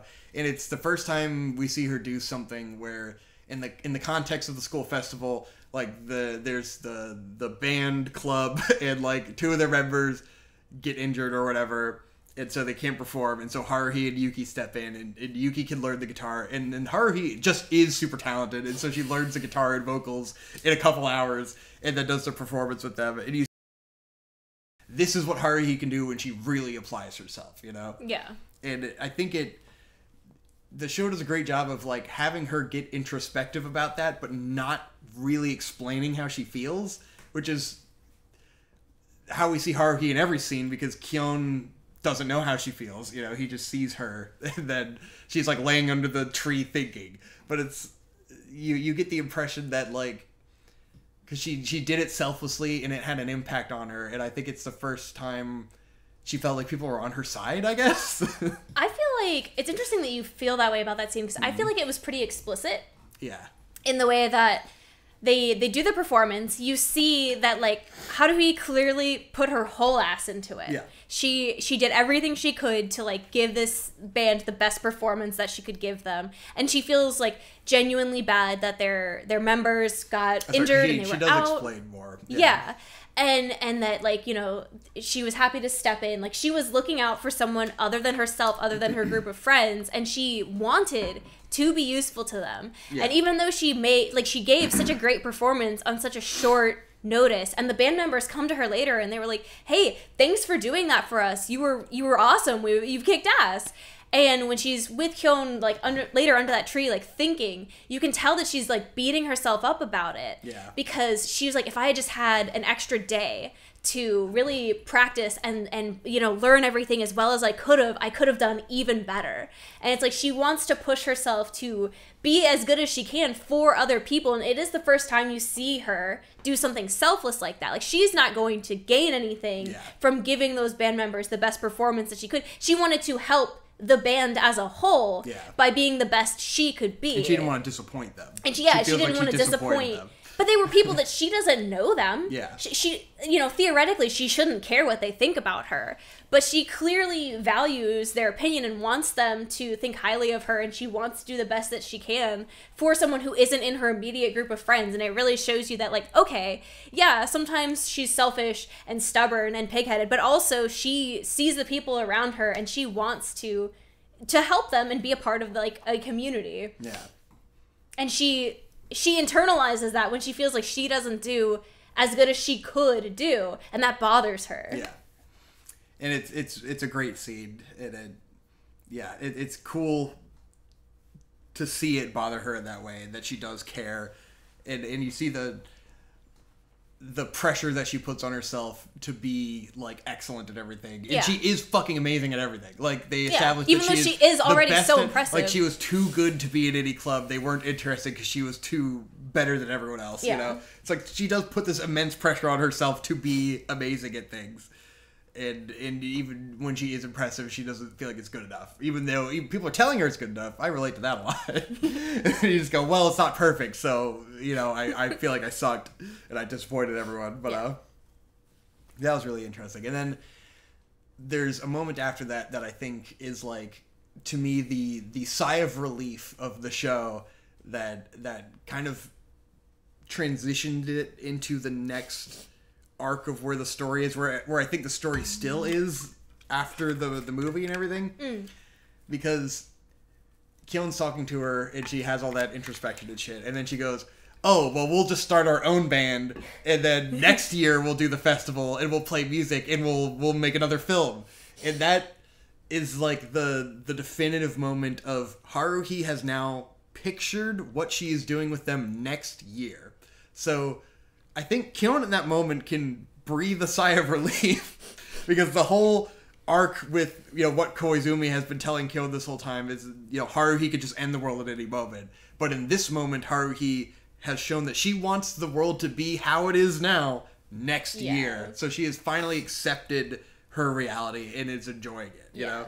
And she has actual investment in the future. Exactly. She's thinking about the future, and she's thinking about it with these friends in this world and not just looking for an escape, which I think is, like, ultimately the conclusion of the Haruhi character arc for that, like, first part of the story, which is getting Haruhi to accept the world and not end it.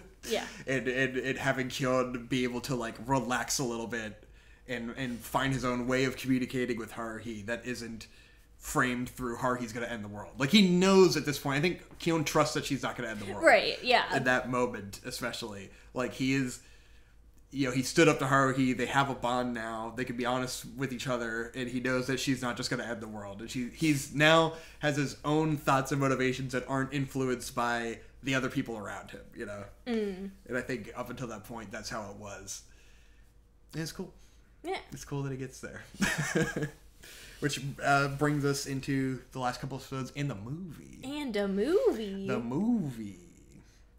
And the movie, I think, demonstrates where the show shifts gears in terms of character development, where it's still developing Kyon for the most part. Haruhi's kind of a non-actor in most of the movie, besides, like, alternate timeline Haruhi.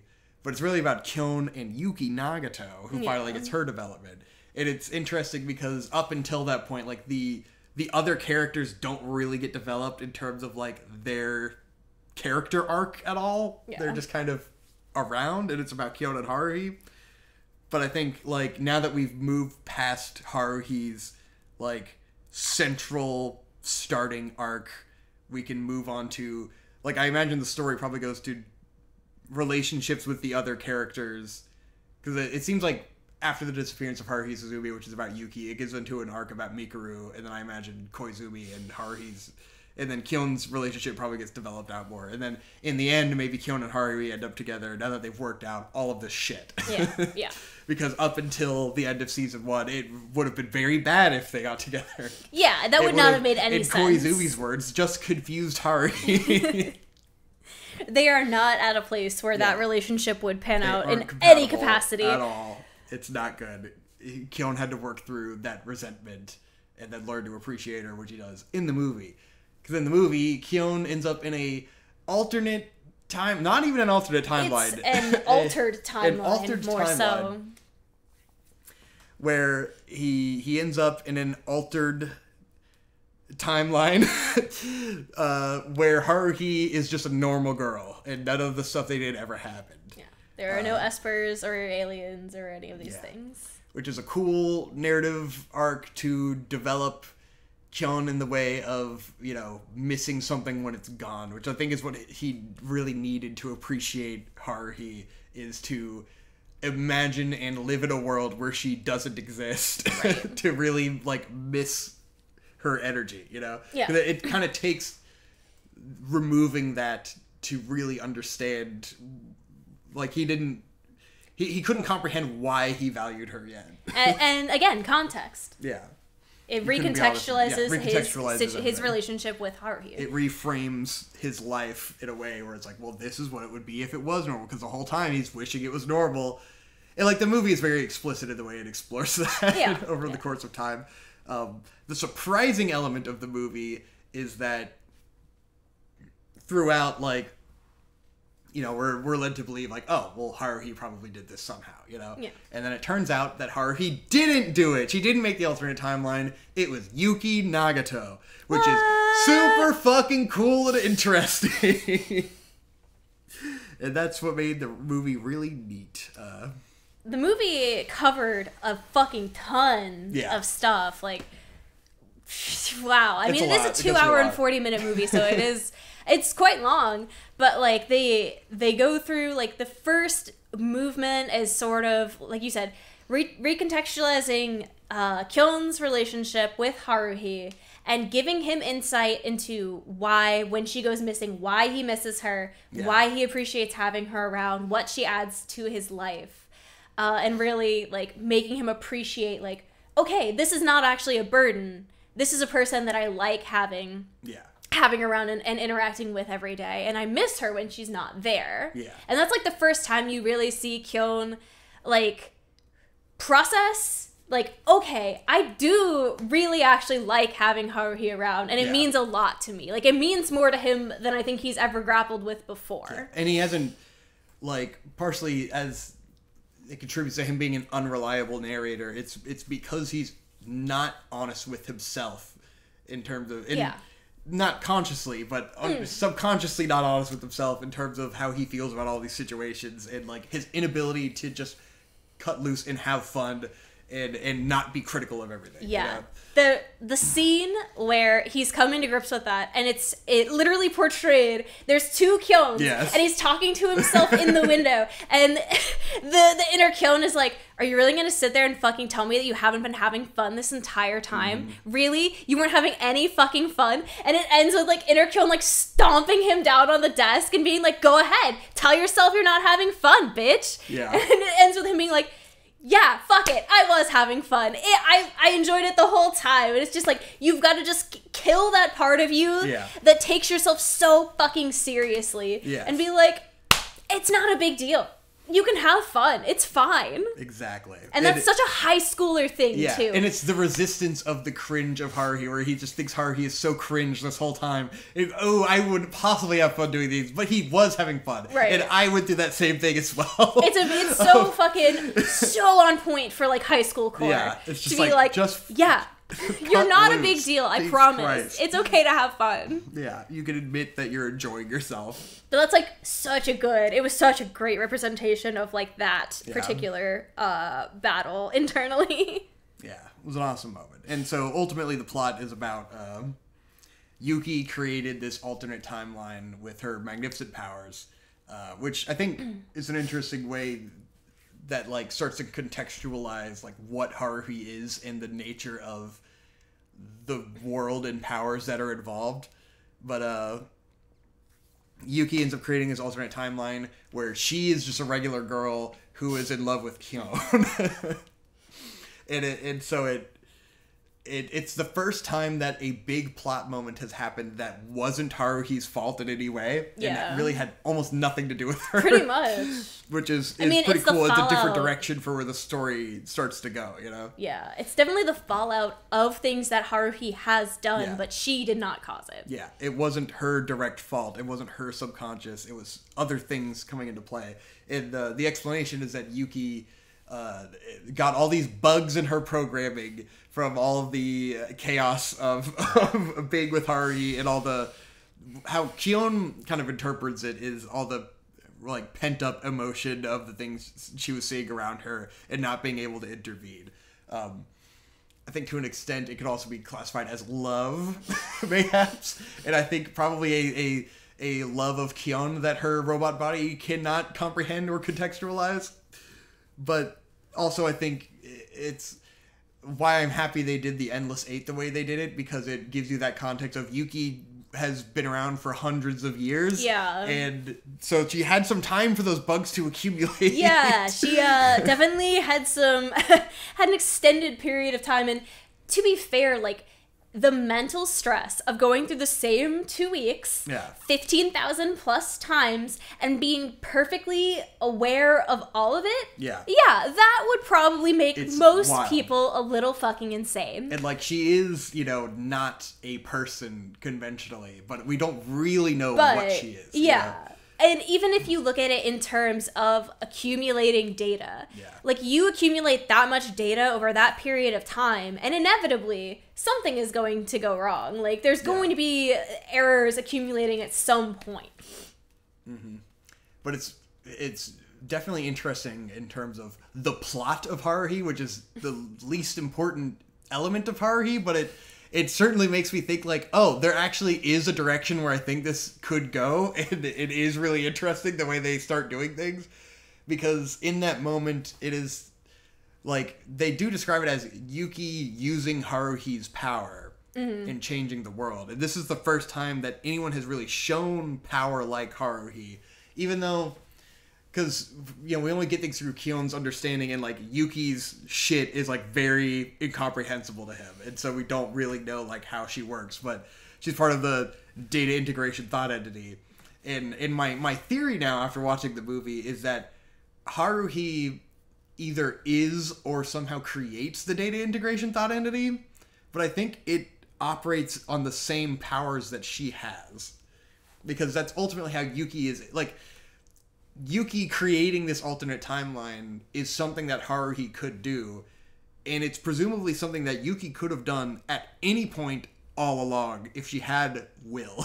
Yeah. What keeps Yuki in check is that she doesn't have a will of her own necessarily, because she's an observer. Right. Like, presumably she could end most of the conflicts they're in, and she does through all these different complicated ways. So it's like, she possibly has a directly equivalent power to Haruhi, and whatever Haruhi does is probably mechanically the same as what Yuki does.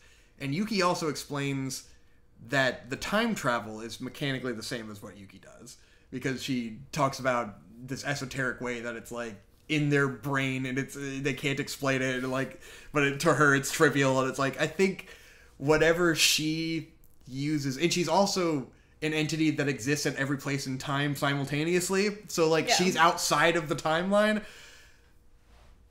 But this is the first time where it's like, okay, whatever she's doing is the same as whatever the fuck Haruhi's doing, and Haruhi is probably the catalyst where this began. And I think she's probably, like, an Esper, mayhaps? Because her powers awaken at the same time that the Esper's powers awaken, and the Espers perceive that as, like, Haruhi is the catalyst that started all of this. But I don't necessarily know that that is true, you know? But her powers awaken at the same time as them, and there's some sort of psychic subconscious powers. It's like, we don't have a full explanation, but it is, like, the movie definitely made me start thinking, like, oh, Yuki is the same as Haruhi in terms of what she's capable of doing, you know? And which is also, like, we know that other people can do that because the student council president girl also did the same shit to a lesser extent when she created, like, a pocket reality inside of a classroom where she tried to kill Kyon, and there's a giant battle. And, like, we've seen that, like, reality can be manipulated in this way that Yuki described as, like, information and data, almost like a simulation. So, like, whatever power that she harnesses is, like, rewriting the code of the world in the same way that Haruhi does. Which is cool. It's cool. It's interesting the way that all these ideas are explored through a very long period of time. Yeah. And it doesn't just give you any of that. Which makes me excited for them to finish the rest of the fucking story. Well, we'll see. I'm like, whoa, there's stuff for me to look forward to here. If they finish it, you know? We got the Yuki Nagato arc, which is pretty cool. Yeah. It humanizes Yuki, and it's very sad because ultimately she has to go back to the way she was. Yeah. It's definitely difficult because, like, obviously Yuki wanted to escape from that particular timeline with Haruhi because she was starting to be weighed upon by these emotions, or whatever you want to call them, and they were making her deeply unhappy. And so that's why, you know, she altered the past 365 days and, like, changed the way the time had moved forward so that she could try and have this, like, shot at her own happiness. But then she gives Kyon the choice, ultimately, of, like, which world do you like Again, more? An unfair choice on Kyon, but it's good for his character development to have him make that choice, which is good. Yeah, which is, I mean, it sucks, but obviously, I mean, the Yuki of that time, I mean, you know what choice she would make. It's inevitable that she returns to that place where she makes that choice. Yeah. And even once things are rectified and, like, have simmered down for the moment, Yuki says again that, like, there's no guarantee that she won't get back to that place where she wants to alter time again. Yeah. Like, there's no guarantee that those errors won't pile up and won't drive her to the same decision. But we had the great moment from Kyon once again, showing his newfound agency over the story, where Yuki is saying that the data integration thought entity is probably going to terminate her, and he was like, tell the data integration thought entity that if they do anything to you, I will blow this whole fucking lid off with Haruhi and get Haruhi to end the world. I will weaponize Haruhi Suzumiya. And that's a great moment of Kyon's character has taken a full circle from being terrified shitless of Haruhi because he's been put in that situation by other people to now understanding Haruhi enough to make threats, like, using her. And use her, because now he actually is in the position with the most power and control over Haruhi, you know, which he has always been in. Like, they rely on him, so why shouldn't he be in control, you know? Yeah.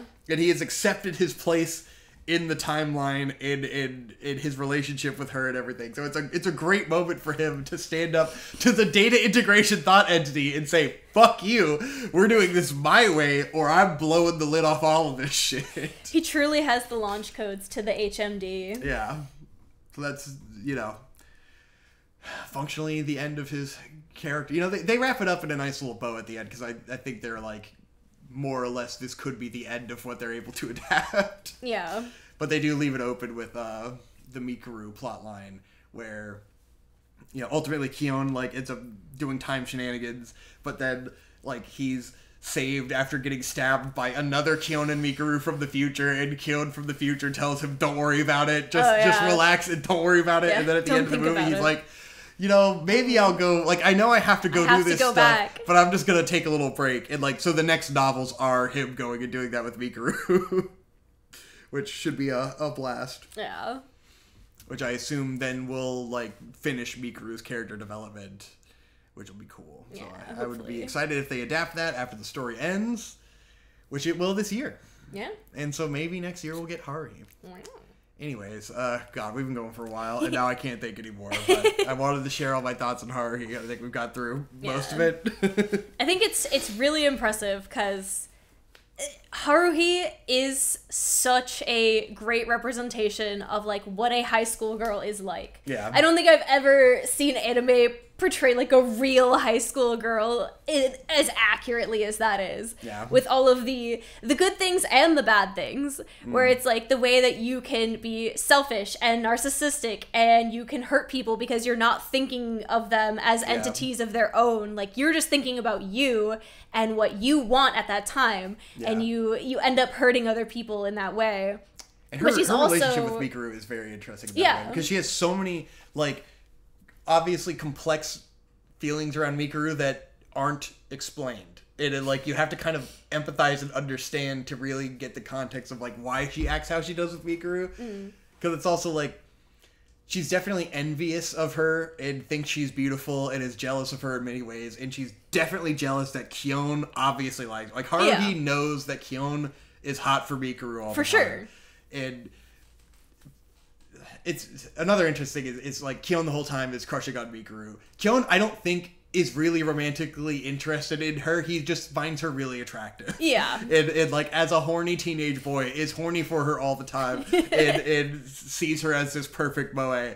But ultimately, like, he doesn't even really understand that he wouldn't want to like be in a relationship with her because he doesn't know what that is. You know, he's a teenager. Right. But so Haruhi is constantly jealous of that. And, like, you even see her, you know, like, start to put Mikuru's hair up in a ponytail, and then she looks at Kyon and goes, and then stops. So, like, part of her mistreatment of Mikuru is out of that jealousy. Has to do with acting out against Kyon, Yeah, and her projection of her feelings onto Mikuru. And so it's like, they have all those really complex dynamics without having the characters, like, explain it all. Yeah. Which is cool. It's good. Yeah. But, you know, she's also a nice person sometimes and is considerate of others and tries her best. And it's just, it's complicated the way an actual high school girl is, in fact, complicated. Yeah. But, of course, that all gets boiled down into, she's a fucking bitch and I fucking hate her. Just thinks she's a bitch. It's like, well, if you're a high school boy, then you don't understand any of these things. Yeah. People fucking hate Haruhi, too. Which I think, I feel like that's mostly men. Probably. I feel like, especially when the fandom was big, there were a lot of girls my age who cosplayed Haruhi and liked Haruhi and saw themselves in Haruhi. Yeah. It's definitely a mirror for, I think, high school girls, especially during that era. Yeah, for sure. I don't know how things are now, but, like, for high school girls back then, that was a big representation W. Dubs. Big dub. Representation. Yep. I think we're good. We said everything, right? You feel good? Did we say everything about Haruhi? I think we said a lot about Haruhi. The music's cool, you know. Poor Aya Hirano. Rest in peace, Aya Hopefully Hirano. She's still out there. She actually just got divorced like a couple days ago. Poor Aya Hirano. She didn't deserve the hate. She married some actor in January, and then he was abusive, and she divorced him. Jesus Christ. Well, hey, she's got time. She can come back and be Haruhi again. And then she can keep getting death threats. Yay! Yay! Sorry, Aya Hirano. I hope the culture's changed. We love you. This is the Aya Hirano support club. Well, what I didn't expect to come out of this was the hope that more Haruhi will be made in the future, which I would have never unexpected turn of events. Thought that the last novel would be coming out soon from the recording of this video. That's Hopefully a shame. It's cool. That you can't read. Yeah, I can't read. If they don't adapt it, I'll have to read, you know, because now I'm invested. Bro, in the you're not gonna fucking read. It's like be so 13 serious. Books. You are not gonna read. 13 short books. This bitch says he's gonna read. Oh, it's too much. It's way too much. Can you read it to me? We'll do Victor bedtime stories. Will you read me Haruhi? Yeah. You want me to read a chapter to you every night before bed? Mm-hmm. Okay. Yeah. We can do that. You can do all the voices. What's your best Kyon voice? I'll have AI read it to me. I've been outsourced to AI already. Yeah. Well, you can't do They're coming for my jobs. The voices. I'm Crispin Freeman. Crispy Freeman? Crispy Freeman. We'll just crispy go on French fry. Fiverr and hire Crispin Freeman to read all the lines. Crispy Freeman. Trying to make sure I don't have anything else to say because I've been thinking about this for days. Yeah. Goddamn Haruhi's been living rent free in my head. As it should be. Yeah. But it's, you know, it's fun to come back to something like that with an adult perspective after having not thought about it at all for 15 years or so. More influential than Gurren Lagann. Yeah, because Gurren Lagann didn't get us together, you know? Haruhi did.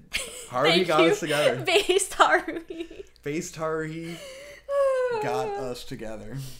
I just think it's... I was thinking about this as well, and I think it's pretty funny because you mentioned that you've had a number of Haruhis in your life, and you still do, you know, that's a thing. There's still Haruhis in my life. And I mean, for... Kyons naturally attract Haruhis. It's a good dynamic. This is true. This is true. Which is ultimately why I hope Kyon doesn't end up with Haruhi at the end. That's one of my other theories. Is because I think they're better as friends, you know?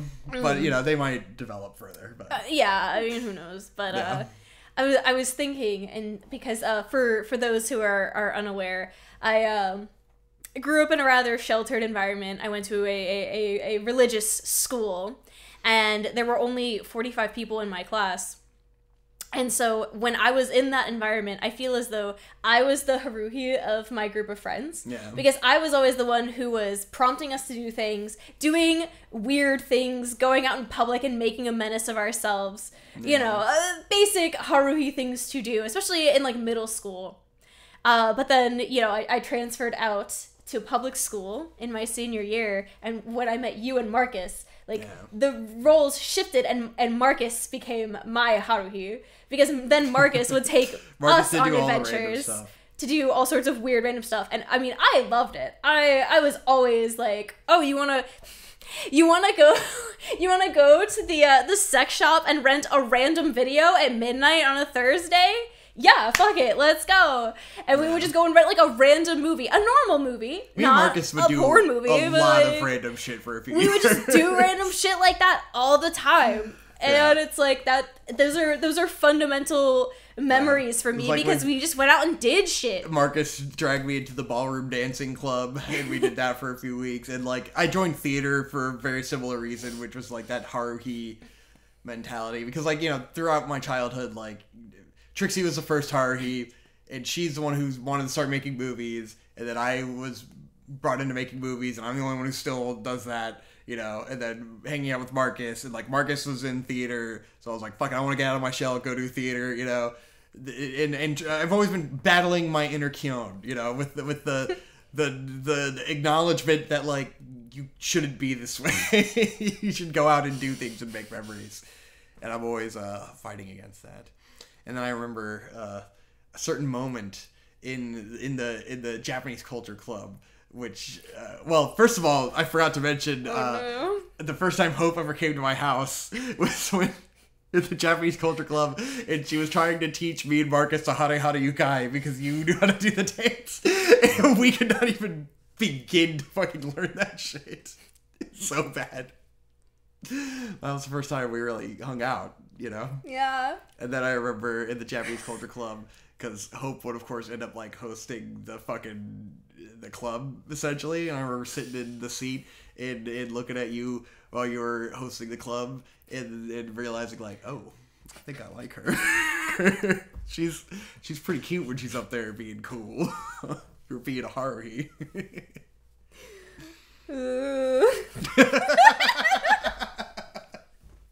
I'm uncomfortable. I like you. No! I think we should be friends. Yeah, we should probably just be friends. We should probably just be friends. We should probably just be friends for 6 years. Yeah, 6 easy years. 6 easy years.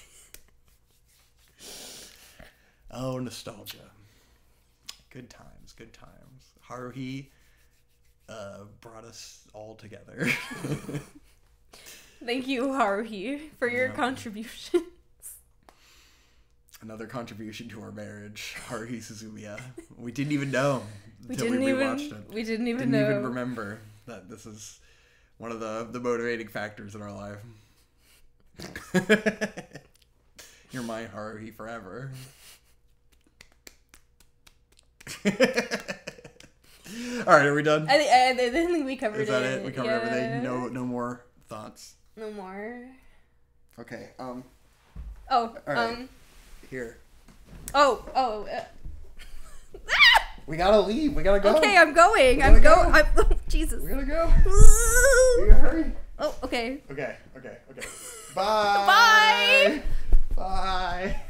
Bye. You can't put your arm out. No, if I didn't.